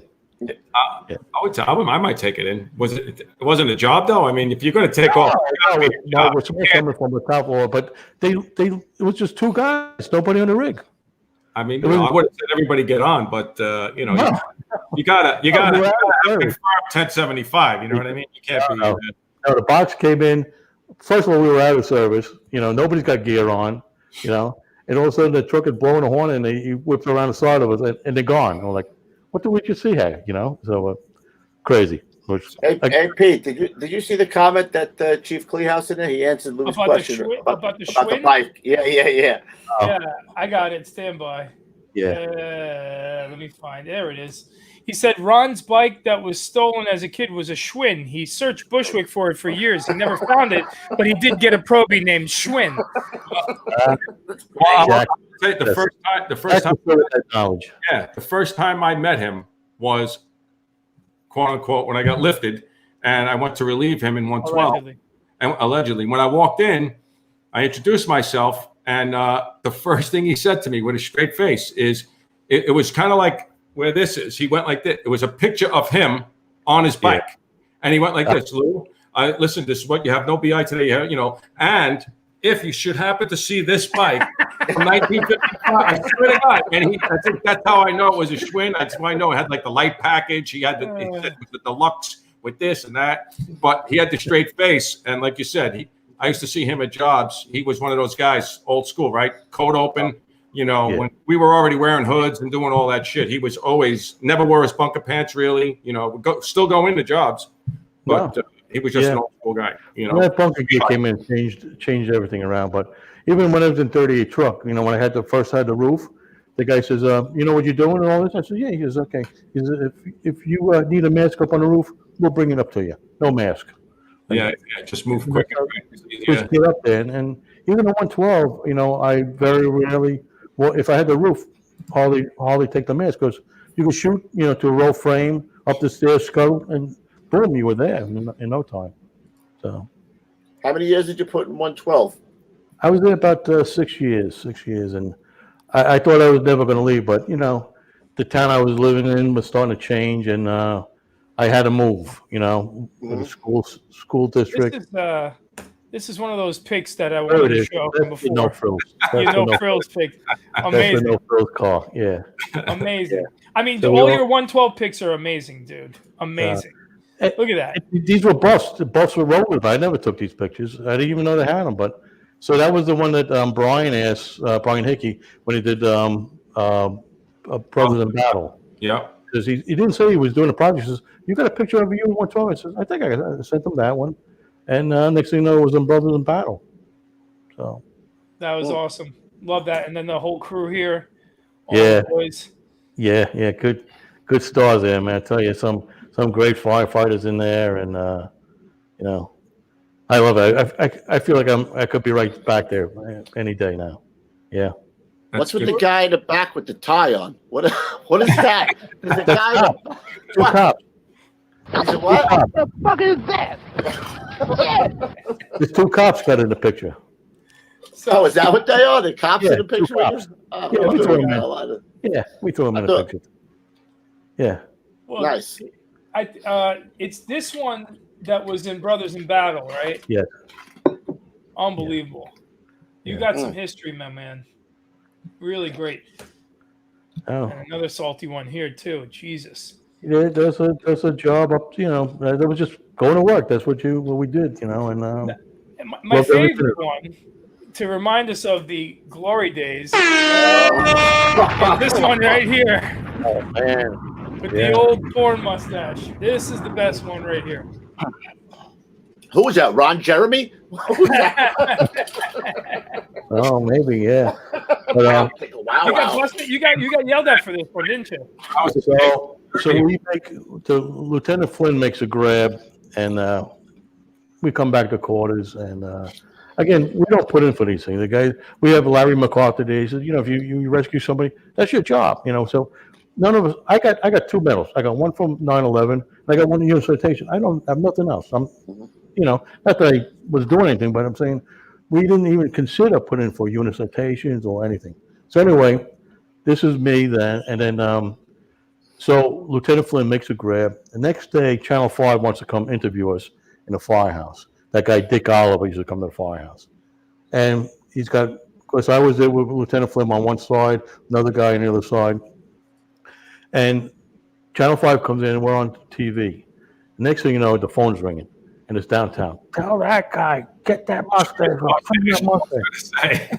And they dropped this, on this other chief over in the 3-7, Chief K.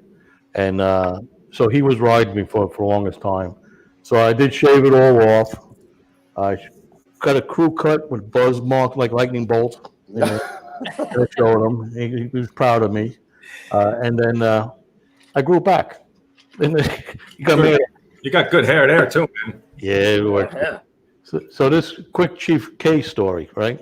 So we're taking up Broadway and by Palmetto Street. And one of the guys getting on radio from 176 goes, looks like there's an incendiary device over here. And everybody stops and incendiary device, So the procedure is you get to the EA, the chief looks and goes, get the EA over. He gets a shovel, right? Get the shovel and you carry it back and you put it in the car, right? So the EA puts it in the car and that makes sense. Put it in the car. That's good. Put it in the car. Right? It's in the books, right? Yeah. So he kind of show it, puts it in the back of the car. And we, all right, see you later, and then go back. She goes back to quarters. It's early in the night tour. Bring it in the firehouse. Bring it in the firehouse. They put it on the side like that. So in the morning, he says, tells the EA, a triple deuce is next to the what's that police precinct over there? Yeah. I don't think whatever. So he tells them, he says, run somebody over to the police precinct, come back here and take a look at the this incinerator device. So goes over, comes back, cop looks, he goes, it's a freaking bomb. That's a freaking bomb. He said, everybody out of the firehouse, out of the building, evacuate the police precinct, evacuate the firehouse. It was a bomb. Had to wait for a bomb squad to come in like that. What, So what did it end up being? What was it? It was just a bullshit thing? It ended up being a bullshit thing, or no, I mean, I don't know. It was just they took it. Wherever it went, guys were doing that, like moving stuff all the time. Just like, the tanker that's leaking. Like they it just went with Ah, the dude, I was just gonna say, I went on a run one time where there's a barrel that fell off a train, and the shit's leaking all over. And a guy from a truck walks up and he goes, "Doyle." Really? That shit, yeah. That's in the books too. Yeah. Like this. Oil. So we're sitting down. Oil. We're sitting down, wires down, right? So they almost change a tour, right? And we're all sitting on a rig, and I think it was 140 truckers in there like that. So one guy goes, "Hey," on the radio, "Hey, Chief, I'm an electrician on the side. If you want to cut these wires, we can get out of here." Chief goes, "You just sit in that freaking vehicle. Don't move." We're going to offer to cut the wires out. And Chief, get out of here. So it's crazy. It's funny stuff. It's good stuff, right? Yeah, man. Good. So how long? You're in one call 6 years? Yeah, and then actually Ray Downey came and he asked me. He came there and he covered a tour and he said to me, he says, he's losing some guys. He asked me if I want to go to rescue too. And I said, "I'll tell you what, Chief." I says, "I found a home here." I says, "I'm going to stay here." And I mentioned him. I says, I said, "There's a guy in the back." I says that you interviewed, and he dives, does all this diving stuff, and he's into it. I said, "You interviewed him a while back." He goes, "Who's that?" Next thing you know, Georgie K, he's over on the next order to rescue too, and he did whatever time over there. But yeah, I says I thought it was going to be first due jobs. It was the fire was relentless. We didn't have to chase fire. We're just right there. And it's a great spot, man. And you got in the barrel. Yeah, man. You go a couple of tours, nothing happening. When you're coming in, you're getting it. Next week you're getting it. Nothing like first due truck work. And I was getting plenty of it. So what made you decide to leave after 6 years? Like I said, the town I was in, it was kind of going belly up. Right. Literally wasn't good, and so sold my house and I moved up to the Hudson Valley. Mm-hmm. So I said, and I tell you, Louis, I cried. I sat in my car and I had tears coming to my eyes. I said, I can't believe I have to leave this place. Bud Jaeger, that we talked about earlier today, he couldn't with me. We got two tall boys in my car. And I'm like, I can't believe it. He goes, and Bud's going to get made. So I said, what I'm going to do is I'm going to transfer to Manhattan, but I want to have fun. I said, this time I'm going to have fun. I said, I never tillered before. I want to go tiller. So I said, I'm going to go find a company. I'm going to take the train in, walk to work like a gentleman, take the train, walk to work, and go to tiller for fun. So the best house I looked at ladder 6, all the tillers, 20. Ladder 5 was right there off of Varick Street, had a train station. I walk one block, I'm in a firehouse. Put in for ladder 5, and I get ladder 5. So, so I take the train in. I meet this conductor. We bullshit one day, and he says, "Just sit. Always sit here." I think I bought 5 tickets for my 6, 7 years. Because his kid wanted to come on. I said on the fire department. I says, "I'll pick you up an application." I brought him back the application. Like, here you go. You're in. And like Flynn, Yeah, it's good. So the train was a couple hours, boom, boom, boom, through Grand Central, and I was telling, I was like, "Whoa, this is pretty cool," So I was. When you got there, how did they treat you? I mean, how many years did you have on when you got there? I had 12 years on, and there's different type of guys. When you go from let's say horse races, we have horse races, and then there's type of horses like the Greys. So and when I went to Manhattan, you had a little bit of combination. You go to the Bronx houses and the Bushwick houses.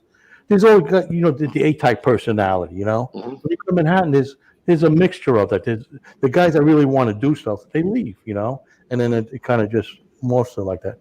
But I mean, they didn't care whether I came in. The officers appreciated me because most of the guys they were only 5 or 6 years experience. Right. And so your roof man, I mean, look at the, God bless John Dredd and Chris Edenberg. They were all young guys swapping on the rig, and they did a great job, whatever they could do. But it's all done guys 5 or 6 years. I went in with 12 years. Say, were you there with them, or you got there at that one? What year? When was that? I the needle, Lou. I got there 2 months after the Watt Street fire. I stayed there almost 7 years, and I transferred out just before 9/11. And then, a ladder 5. Yeah. In the ladder complete show. I'm there 6 months, and so I like, okay, I'm to it. I had fun. But when the Metro North comes in, it stops at 125th Street, and one block over is 14 truck. I said, you know what? I'm going to go to Harlem. I told the boss, I said, I said, I like it here. It's nice. I said, but I'm missing, I need that extra energy. So I said, I think I'm going to put it for 14. He goes, no. Stay here. We'll give you a seat. Like, oh, a seat? Okay. So I had the seat. Drove some great guys, some great bosses. Vinny Giamona, 103 alumni. I don't know if you remember his name. I know the name, yeah. Mm-hmm. Oh, what a sweetheart. Yeah, drove Mike Wacola, and after I... see the bushy mustache? He had the big bushy mustache, that guy? Wacola? No. No, Mike was ultra. Look at this. Oh, no, that's not him. No, that's not him. That's Mike Wacola. Wacola, yeah. Giamona was a young guy, right? Yeah. Yeah, man. So Vinny was a card-carrying nut, man. And I loved driving. He was funny. He pulled up the first day in the fires because we know we're getting a new officer, right? And the car screeches in the parking lot. Like that. We're like, who the hell is this guy? It could be a night tour coming in early. Out pops Elvis with a pot belly and buck teeth. He's coming in. His first tour like this, And that's how he was. He was always physically fit. I mean, Kevin, this guy was a physical fitness nut. He was the strongest guy. He'd run. He worked out all the time. Great fire boss, but funny. He just Didn't he go to SOC? Did he go to SOC? Because I think I worked with him. I'll just go ahead real quick here, okay? I transfer out a ladder 5. We catch a job on 11th Street. I back the rig in. Vinny Giamona turns to me and goes, Danny, these are all glory days. I says, oh, you're right. Okay? It's the last time I see Vinny, Mike Wacola, my mutual partner, all the guys, ladder 5 that I drove, they all get killed 2 months later, 9/11. wow. Yeah, Vinny's there. Vinny was off duty. Vinny was going home for his 40th birthday. Like a big kid that he was, his wife had a party all ready for him. He called up. He says, I'll be a little bit late. He jumped on a truck. He with Mike Wacola, he went down there. And my wife worked in the trade center. She was on the 81st floor of the first tower when the planes hit. Wow. No way. Remarkably, she just was able to come down, get out. They saw the second plane hit from the sky lobby, and she made her way down, and she actually saw Vinny and the troops because, we knew everybody, all of them going up. And actually prior to that, Brian Hickey came into Manhattan to visit me because the Father's Day fire, he broke his leg. I know you got hurt there, Kev. Mm-hmm. Yeah, I worked with him that day. Yeah. Brian broke his leg. He's healing. He says, yeah. I said, bring Donna in. Bring Donna, because they lived in Battery Park. I said, bring Donna in. We'll grab something and bite out to eat, together like that. So he comes in. It's the end of August. It's like August 30th. Brian comes in with Donna, and we're sitting at the, I think it was called the Tall Ships, which is just outside the South Tower on Liberty Street, al fresco. We're sitting out there. Sure. Yeah, Dan. He says, Danny, I'm going back to work. I'm going back a couple of days. I'm going back to work.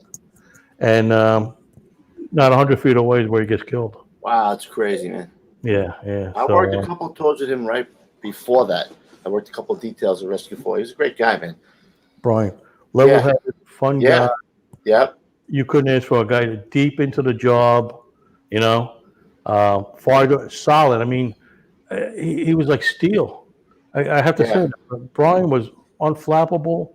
He was, and I worked with him a 38 truck.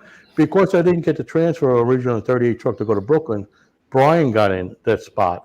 And so when I did get to 30, I wanted, like I said, I want to work with Brian, Timmy Kelly, and then what That happened? was some crew you had there, man, with Dennis and all those guys. That's Oh, cream of the crop, man. Holy shit. A-team right there, Let baby. me go back to one more quick Dennis story. Okay, I told you. Go back with Dennis, 38 truck, all senior men. We're doing one of these party, celebration party White for. Sox? Is this the White Sox picture? You got the White Sox picture, right? But anyway, we're all off duty at this point, and Dennis has a 38 earring. Now back then, nobody had earrings, and Dennis is cutting edge. I love Dennis. Dennis is always a unique character, fun and exciting guy. He's got a 38 earring in him. I'm like, oh, okay. So now we have this company, this big shindig going to go, and all time is coming back, So I go to my mom and says, give me the biggest gold, gaudiest earring you have, And I clip it on my ear when I go into the firehouse, right? So, and now I'm frigging around, screwing around with Dennis. And meanwhile, the old timers looking, look at that kid. Look at that kid with the gearing in his ear. Look at, and guys are walking past me like eyeballing me, giving me the stink eye. They want to take me to the basement, because I have the ear on. I don't realize this, but these old times, like, that son of a Pissed off, right? Yeah, they're all pissed off at me. I'm gonna take them down the basement. Won't show me that earring. Like that. So I have to take the earring off. What did Dennis say? They wanted to meet me in the basement. Oh. That's freaking good stuff. Hey, we got one picture here. We got a picture here that I don't want to let go. Go. You said there's a good story to it, so hold on. Who's this gentleman right here? Okay, so that's Chief Ebert. Okay, he's a 103 alumni, 214 engine captain. Right, he gets promoted because battalion chief. And like I said, there was a few guys from Brooklyn that were working. Vinny Ongaro was in Ladder 8. Yeah, that's right. Oh, right. He was in the. He was in the Captain Ghostbusters. Tony Variel, another engine guy. He's a V. guy. He's in the engine. We have a whole right. There's plenty of stories, right? A whole nother hour, right? But I'm working with all these, and that's what made it, kind of nice to stay in the firehouse. But anyway, this is the Halloween parade that goes right past the firehouse every year. Okay. And I'm standing by the truck, and this guy comes up to me, it's Ebert. I don't know it's him. I don't even recognize him. And he's asking me all stupid questions about a fire truck, I said, Playing around with you? yeah, he's got my chain. I said, will you blow off? Get out of here, you old bastard, like that. And then he goes, Danny, it's me. And his voice said, he cracked me up. I was laughing so hard like that. But, he's in the Wooden outfit, Battalion Chief 2, Joe Ebert, and he's a legend. What's his son on the job, too? He's got a couple family members. There was one in Sock. Yeah, I worked with his son in Sock. He became a captain. I drove him a few times. Yeah. What's his name? Yeah. I can't remember his first name. We grew up with, He tall, was a lanky guy. Tall, lanky. He was a 252. Came up to 112, like with Woody McHale. I don't know if you know Woody McHale. Yeah, I know Woody McHale. Yeah, man. All right, they used to come to 112 truck. So we, as a probies, that we would teach them, but we want to corrupt on them more than anything else and send them back, Right. But, right. He was in 252, right? He was in squad 252. Then he got promoted. George Ebert. His name was George. Right. He is a great guy. Very nice man. Very good. Yeah, we corrupted the hell out of him. He became a nice kid. He went back to 252. He was like, oh, no. She was going up the road there? No, forget about it. He was such a gentle giant. He was a big man. So I'm driving Ebert in Battalion 2 one day. He goes, Danny, drive me. I said, I'm driving. So over by Broadway and Houston Street, there's a Subway. And we've been getting this box every day for trash on the tracks, trash on the track.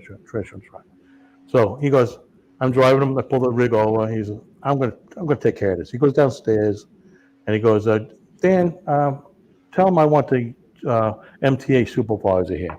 I said, okay. And he says, and you tell him exactly this. I said, okay. So I called Manhattan, Battalion 2, Manhattan. Go ahead, Battalion 2. I says, Chief Ebert, Battalion 2 requests the MTA supervisor forthwith. Okay, 10-4, Battalion 2. What's the reasoning for that? I says, Battalion 2 to Manhattan, Chief Ebert requests the MTA supervisor because, number one, he's the chief, and number two, because he said so. That was his direction to me. I bet you got the guy there pretty fast. I knew that was going to ring. But he was the best. He was good. I still stay in touch with him. He lives in Delaware. Great man. Great man. So you drove. I don't know if we touched on that. You drove Kev's brother. Then did we touch on that already or no? Well, Kevin's brother came through. He covered, and we did the same thing like you did. We went to. We didn't do. We went to other like serious fires where there were multiple fatalities or firemen, things like that. Of course, that whole area you guys were in is loaded with history like that. He's a giant history buff, man. That's how he was in my alley, you know. So we went out together, and we were like two big gabbing, you know. And took me to a great place over in Little Italy. We had great sandwiches together. I loved your brother. I wish I could have drove him more. He was he's gonna be happy to hear that somebody likes him. Unbelievable. You can do it if you want. That's not fair. That's not fair. I like. He was a good man. I really. There's some chiefs, you know, when he talk to you, you know, you drive, but he was a gentleman, and we had a lot of fun because we hit all the other spots like you guys do, you know. Mm-hmm. Yeah, I'm waiting for him to get out, for Christ's sake. He's still on, crying out loud. God bless him, man. Don't we wish we all could still be on? Yeah, that's a good point, bro. We really do. Yep. You know, he's still having a good time, so you might as well stay on. Oh man, So I think like a lot of chauffeur, you know, I could have stayed on forever.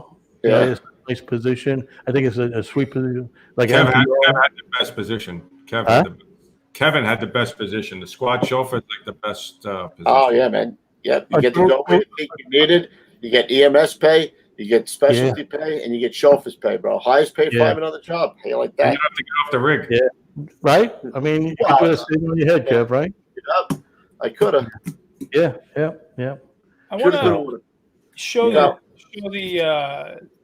the chat and everybody watching this pick as well. And this one's a little rough here, but what was happening here? Tell us about this pick. So I had transferred to Ladder 31, and because I was studying, I had the chauffeur seat Ladder 5, and I was studying for the lieutenant's exam, and I was hitting it hard. I was pretty ready. I was going to fire tech, go to fire command. I devoted two whole years to just studying, and I was into it. So I said to myself, you know, what I wanted to do was to sharpen my tools again. I want to get back into the grit, get into the smoke, you know. I gave up the seat, and I said to myself, I said, you know what? It would be nice. Where would I want to go? I says, why don't I go back where it all started for me in 1972? That's pretty cool. Back to Ladder 31. I says, if I got promoted as a lieutenant, it'd be nice to go there. But I says, you know, what's the odds of that happening? I said, but I could go there as a fireman on the next order I was coming out within days. So, boom, I throw in Ladder 31. I said, and I go. I leave Ladder 5. And this is July of 2001, just before the Trade Center. So I don't know. I'm up at Ladder 31, and I'm there for a couple months. But my second milestone after driving Uncle Jack in Ladder 38, my second milestone is now I'm driving Ladder 31. I did the whole full circle. I went from I went through, and then one of my I'm 42 trucks in the firehouse because they're renovating. It's just like the old days. 42's in there, 82. The house is a beehive of activity. Yeah. Wow. And so I'm up there for a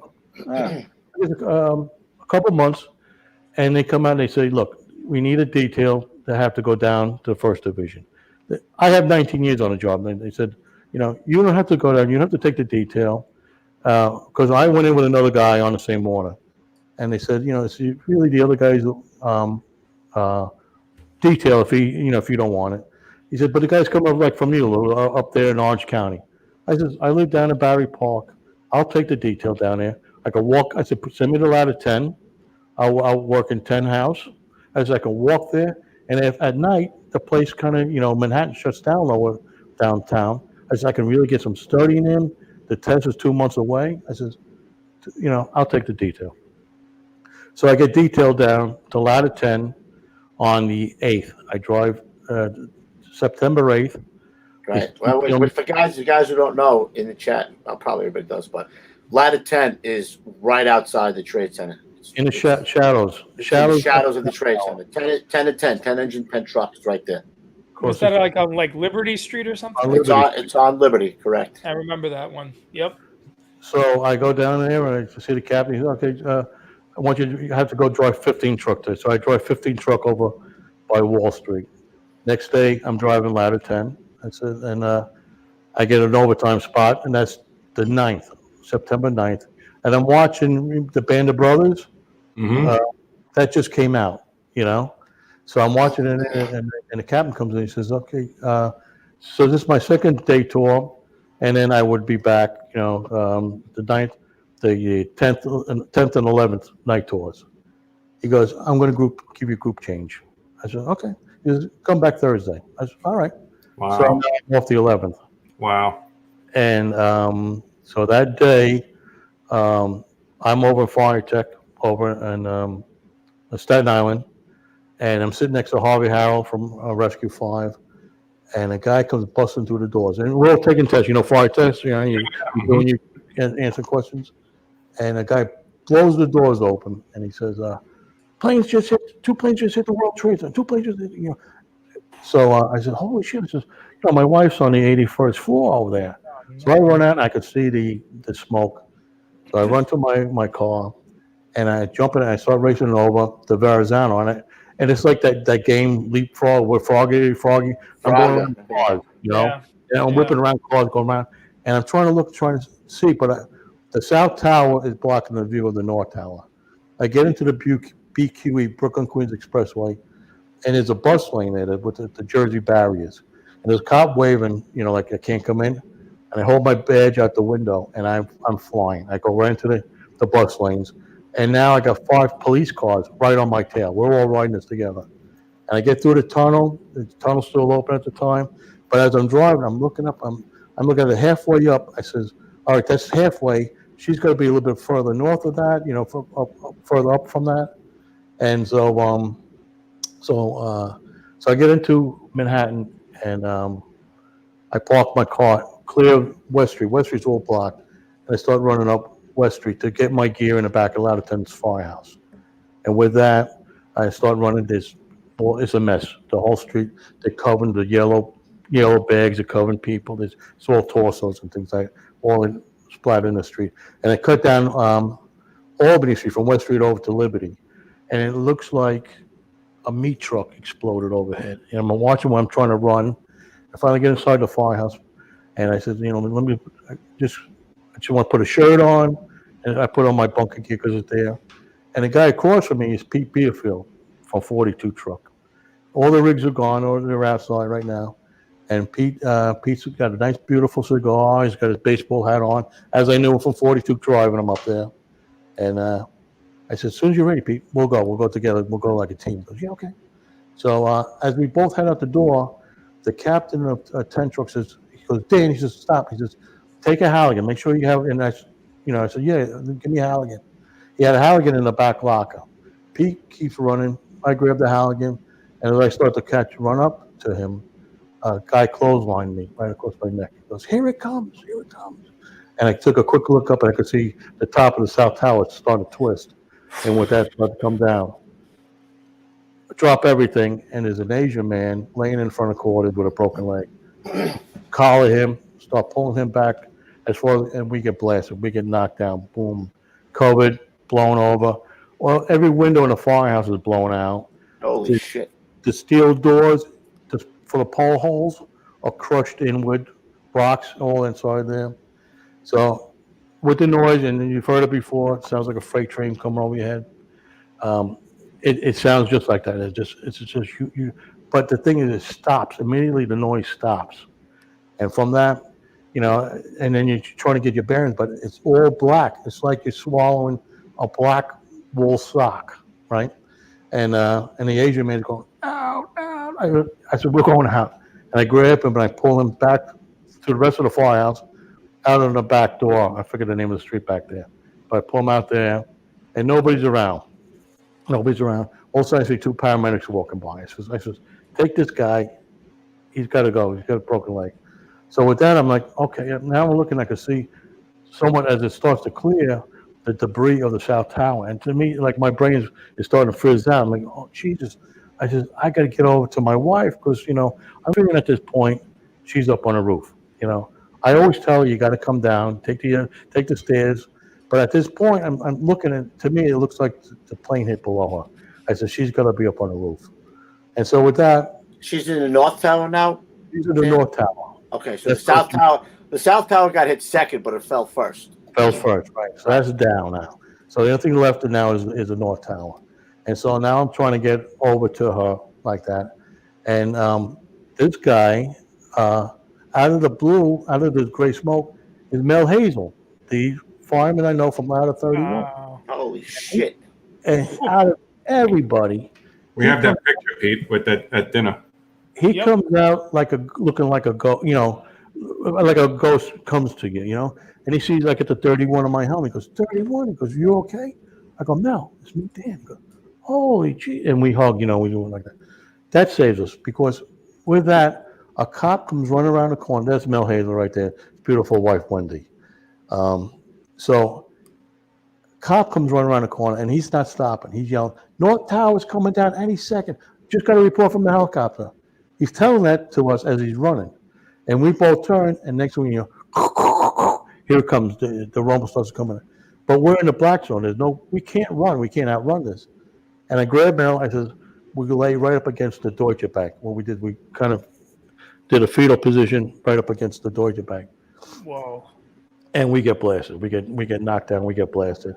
And again, when it all comes down and it blows, all through us, we get nailed with pieces of a rock and whatever like that. And we're waiting for the big hit, like everybody says. You just wait. And then again, boom.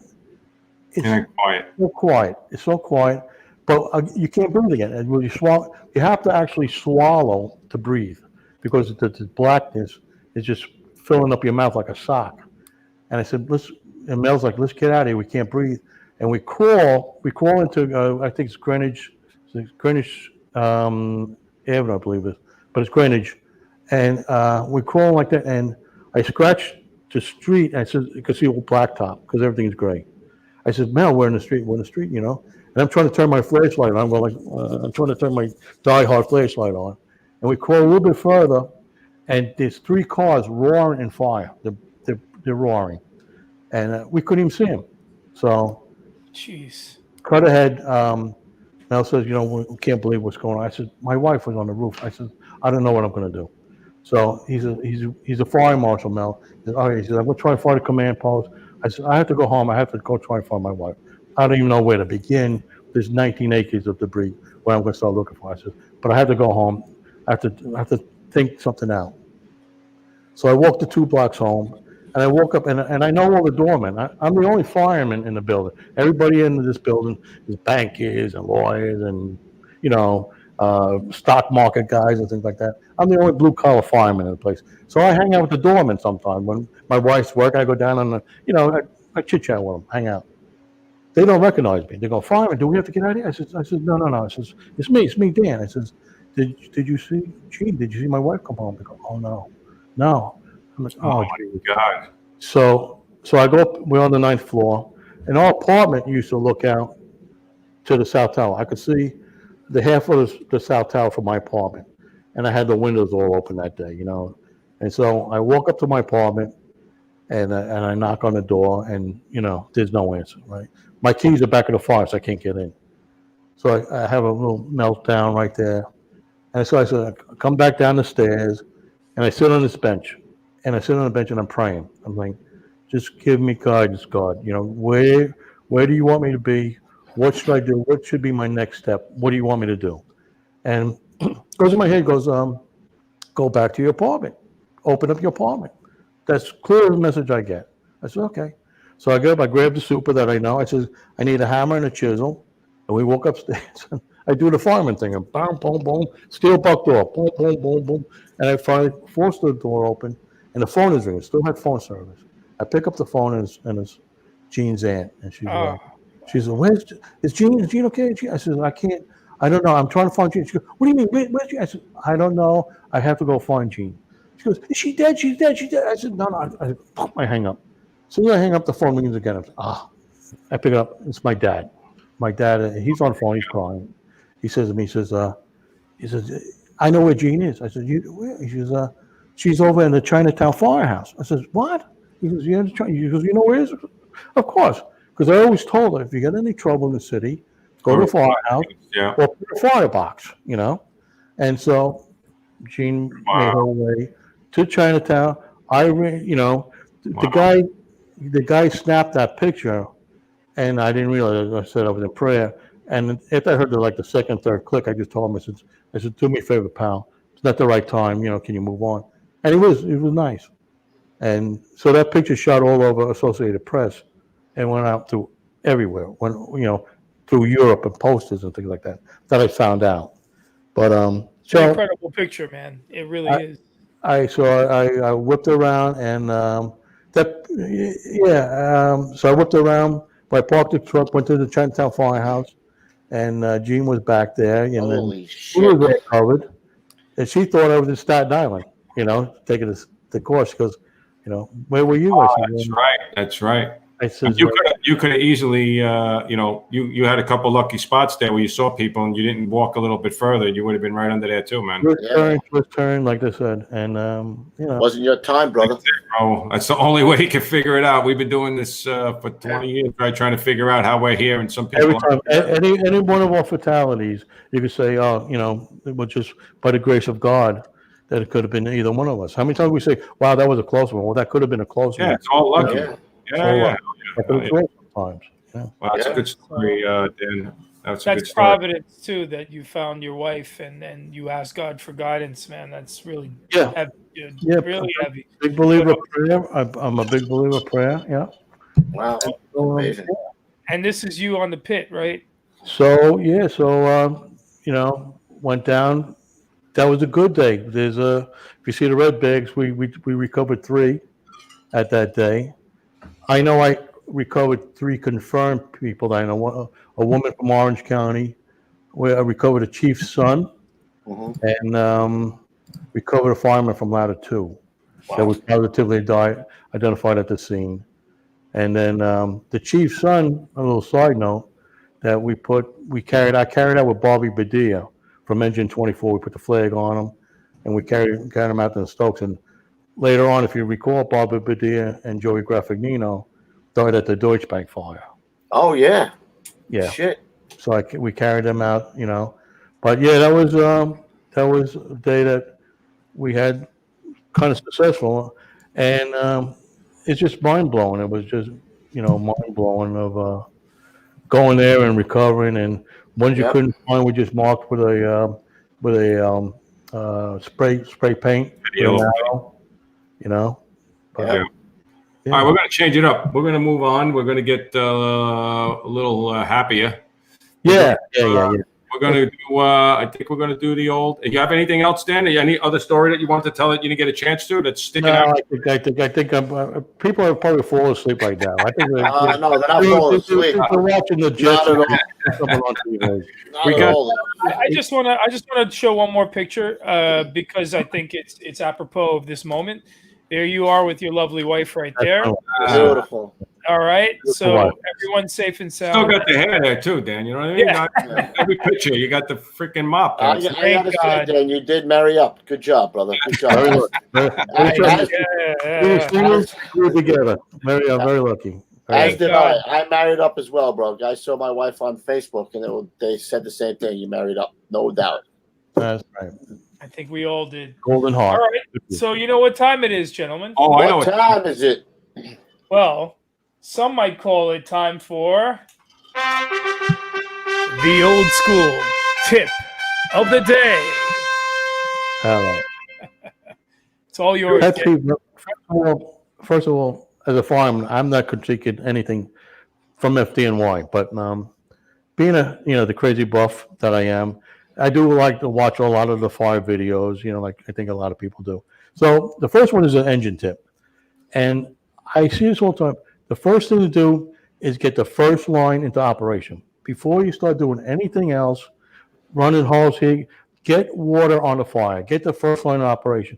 And your nozzle should be an open bore nozzle. If you're doing structure firefighting, you should have an open bore nozzle. You have any of those adjustable nozzles, take them home and put them on a shelf or use them for something else. But if you're going to do a structure fire, you should have an open bore nozzle and learn to control the stretch. If you take the hose out and you dump it back like a pile of spaghetti, you're not controlling your stretch. If you're running up at the front door with just the nozzle tip and no line behind you, you're not stretching properly. There are all types of stretches to do for if it's a single man operation or second 2 or 3 men or 4 men on a line. There's certain ways to stretch, but if you're at the front door with just the tip, you're not stretching the line properly. The other thing I think is very important is know when to deploy a 2.5 line, a 2.5. Many guys come off with an 1 3/4 or 1.5 and the fire is beyond that scope. A good 2.5 knockdown will do, for advanced fire, a large uncompartmented area.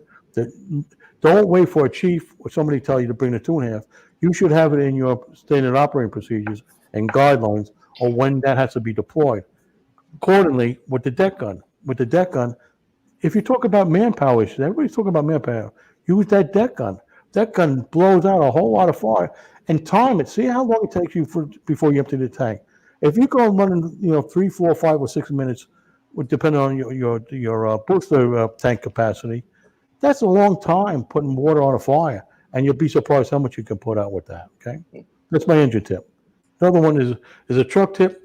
The overemphasis on getting the roof. I can tell you, on a private dwelling, you got single floor fire. Guys are going up and they're cutting the roof. There's plenty of windows. Look at the windows. Cape Cod houses. The windows on the side are usually intact when guys are going up on peak roofs, which are so dangerous. If you really want to get something, pull from underneath. Go underneath and pull the ceilings down. More hooks make the job easier and expose a whole lot quicker than anything else like that, And cutting, when you're cutting a cutting roof, like the trenches, when you cut in a trench, there's more than just cutting the trenches. You have to pull the ceilings downstairs. There's a whole concept of that. In the FDNY, the reason why we had to get the roof is, first of all, we're getting there at the same time as the engine, and the fire is on usually flat roofs that we have row frames and brownstones and H-types in the Bronx. And it was important to get up there because the fire is mushrooming at that point, or if it gets up in the attic. When we cut the roofs, we cut a big hole in the roof to start venting it. That's an offensive, where a trench is a defensive operation. You're just trying to get a hold of that. But the overemphasis, especially in places that have minimal manpower, take the windows out. Work with the windows. Do that first. And if the fire is knocked down, if there's no visible fire and most of the smoke is gone, there's not time to cut the roof. There's always some guy coming in, right? There's always some guy coming in. One guy. I'll take a picture. There's 7 guys cutting a roof. That's my biggest pet peeve. 7 guys cutting a roof. There's what are you doing here? Yeah. Overemphasis. It's a shed. Talking about manpower issues. Here you go. More hooks. Take more hooks. Get inside and pull the ceiling. What are you doing? Get in there. Want to get roofy crazy? Show a picture of a guy on a peak roof. You got no business being up there. Not one. 7 guys on the roof. I don't even know where anybody is. All the windows are intact, like you said. It drives me crazy. It drives me crazy. It's the overemphasis because we always say, right, and when probably in FDNY training school, right, the emphasis was get the roof. If they're throwing babies off the balcony, you still have to get the roof. Child deter the roof, man. Right, nothing will deter the roof, man. But that is that type of buildings, the row frames and H's that we're talking about. We're not talking about everything. Right, we're not talking about Cape Cods or these other type of new construction places like that. So you got to, that whole emphasis needs to be reevaluated as far as the purpose of getting the roof. Venting the smoke and fire. If you got a peak roof and you cut a hole in it, what are you doing? You're venting the attic. The attic. I don't. I think I said enough. Hey, I'm trying. Here's me trying to get Lou crazy right here. That's crazy. There you go. I mean, that's not bad, but it's only a picture. But that's what you want to have. If the circumstances aren't doing that, and that roof peak is really not that bad. Ask the guys in South Queens and all those places that have 2.5-story peaks. Ask them how many times they've been on a roof. Yeah. 25, Cutting they go in, they put the fire out 1, 2, 3, man, most of the time. So, Yeah. you don't have to vent Yeah. anything. Yeah. It's a smaller building. Hopefully you can get in. Aggressiveness is what puts that out fast, if it's not advanced, right? I see places they have ranches, ranch house, and then they go put up a line on a ranch Dude, house. they love it. They love it. Yeah, I that's don't the know. thing. I says, take the saw. Hey, give me that saw. Give me the saw. Yeah, here's the hook. Go inside. You Tear it can up. go on the roof. I'll go inside. Hey, Okay, tear Dan, it up. one last question. One of our loyal viewers, 21 Truck Tillerman, asked, "Do you still have the leather helmet from that picture from the Brothers in Battle. Brothers in Battle?" They're over my shoulder. Oh, no way! That's awesome, man. There you go. Yeah. 112 and the 31 helmet that got me in trouble. Nice. I wound up wearing it. Amazing. I had to get the ratchet in the back, Yeah. Remember? Because the other helmet fit, they all fit like a pot. And then you get the ratchet into your brain. And, okay, now it fits. Right? They have new ones now that are really Never wore nice. chin strap. Never wore chin strap, please. Good job, Dan. Excellent. I hope you guys enjoyed it. I had fun. Really had fun doing great it. job, man. We appreciate You guys coming are the on. best. You guys love it. Stories. Apologies to the audience. I have no control over the power in the neighborhood, but Am I getting beat up in the chat room? No, not at all. I love you. Not at all. People keep saying that every time we hit a certain level, they think that that's it. But tonight took it past that level again. So they really appreciated you being on here. Yeah, So great job. My pleasure. Guys, I wanted to give a shout out to Hank. I know I break his balls a lot, but it reminded me when Dan was talking about his mentor. And I don't want to blow his ego, but but that was the guy for me. That's why I still talk to him 3, 4, 5 times a week, because that's the guy who I looked up to, who mentored me, and even when I was when he was my senior man and I became the senior man, I would still call him for advice. So Hank, this is the last time you're gonna hear it. You won't hear it again, bro. Right. In fact, you're deleting this part after 2 minutes, right? I'm gonna be deleting this part, all right, old man River. No, he seems like I never met Hank. I do remember reading his WNYF columns. I wrote the 7th Division, and I wrote the 1st Division WNYF column. So I was involved with that. But I remember reading his articles in there like that, and he's very level-headed. You've had some great guys, and I can go through the names, and they're all great. I have to give a scream out to Dennis and John Calamari, man. Great. Great guys to work with. So much fun. I wish I could do this forever, And I couldn't believe I had to get a paycheck every 2 weeks. I'm like, you paying me? You pay me to do this? What? Yeah. So can I just do one quick toast to before you cut out? I just want to toast to Mike Wacola, Vinny Giamona, and Brian Hickey. Yeah, man. There were 3 of my very close friends. All the other 340 brothers that we lost, those who are still sick today, okay, and to all the others that were lost in 9/11 and still suffer. Amen, brother. Amen.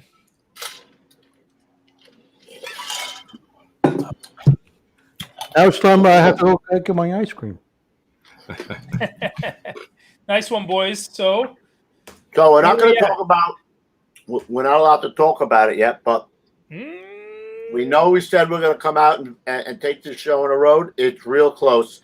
We don't want to announce what we're doing because, like I said before, often imitated, never duplicated. So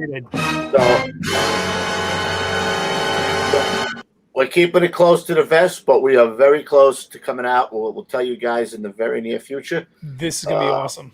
It is going to be awesome. It's just going to be awesome. I talked it over with Ruffy and Pete, and we're going to do a Q&A with Chief Steve. So we will let you know when you can send your questions in with Chief Steve because he's agreed to do it. Nice. What else we got, Ruffy? We don't know what's coming up. We got a couple. I got a few things. I'm juggling a few different scenarios, so I don't want to commit to anything. But we'll have something for Monday.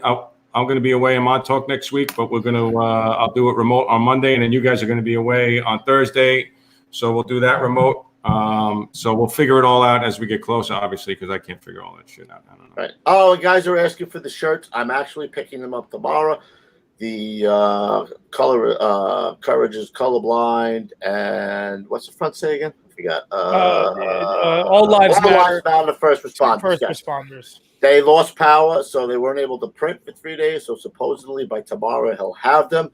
So I'm sure Ruffy will be all over it. That's what he does. That's you know why?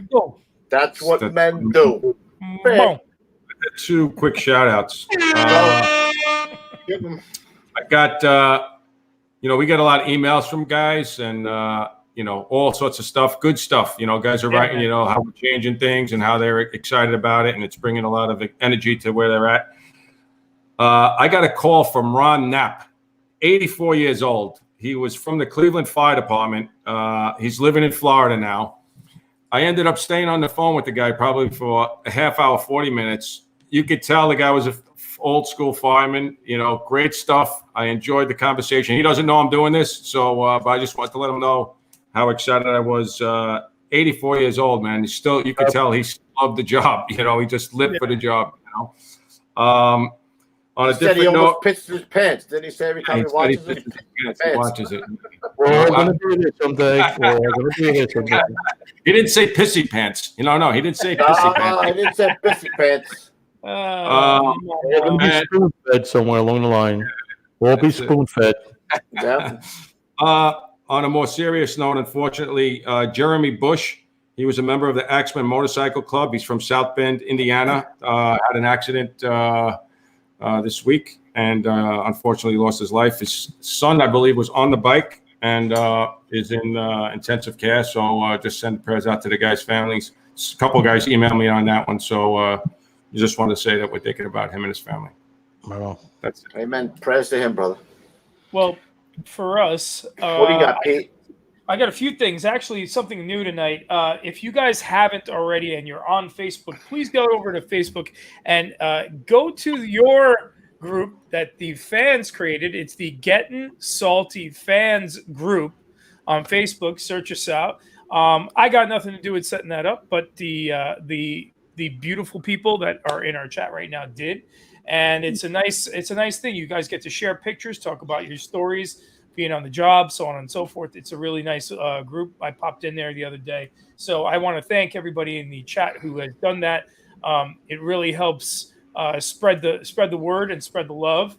Also, if you guys are listening to this podcast on Spotify, iTunes, iHeartRadio, anywhere where beautiful audio podcasts like this are found, you can also get us here on youtube.com/Gettin' Salty Experience. Take your little digit out, your pointer finger, and peck away at the like, subscribe, share button, and also hit the notification bell because some people are saying, hey, I don't know when you guys' new stuff is coming out. And I'm telling you, I don't even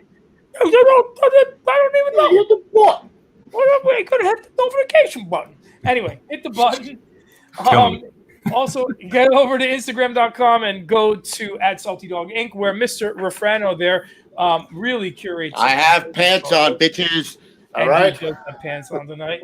And last but not least, guys, hit us up at GettinSaltyApparel.com, where you find shirts like this, the old Bronx Ben shirt. Take a look at that. I like this one. I'm not a fan of the Yankees anymore. Nice. As of recent events, but I do like this Bronx Ben shirt. Very nice. And, we have all kinds of apparel, hats, drinking accessories, so that we can all continue down the dark road of alcoholism. We love it. And last but not least, if you got to email us a question or anything like that, hit us up at gettinsaltyexperience@gmail.com. Love you guys. Thank you. And I can't wait to let the cat out of the bag. Woo! We're coming to see you little bitches real soon. It's hot. It's honestly, shit is hot. That's all I gotta say. It's hot. So I can't wait either, man. That's right. And I didn't get up to take one piss. All right, motherfuckers. I sat in the seat the whole time. Nice, guys. Let's go, Ranger.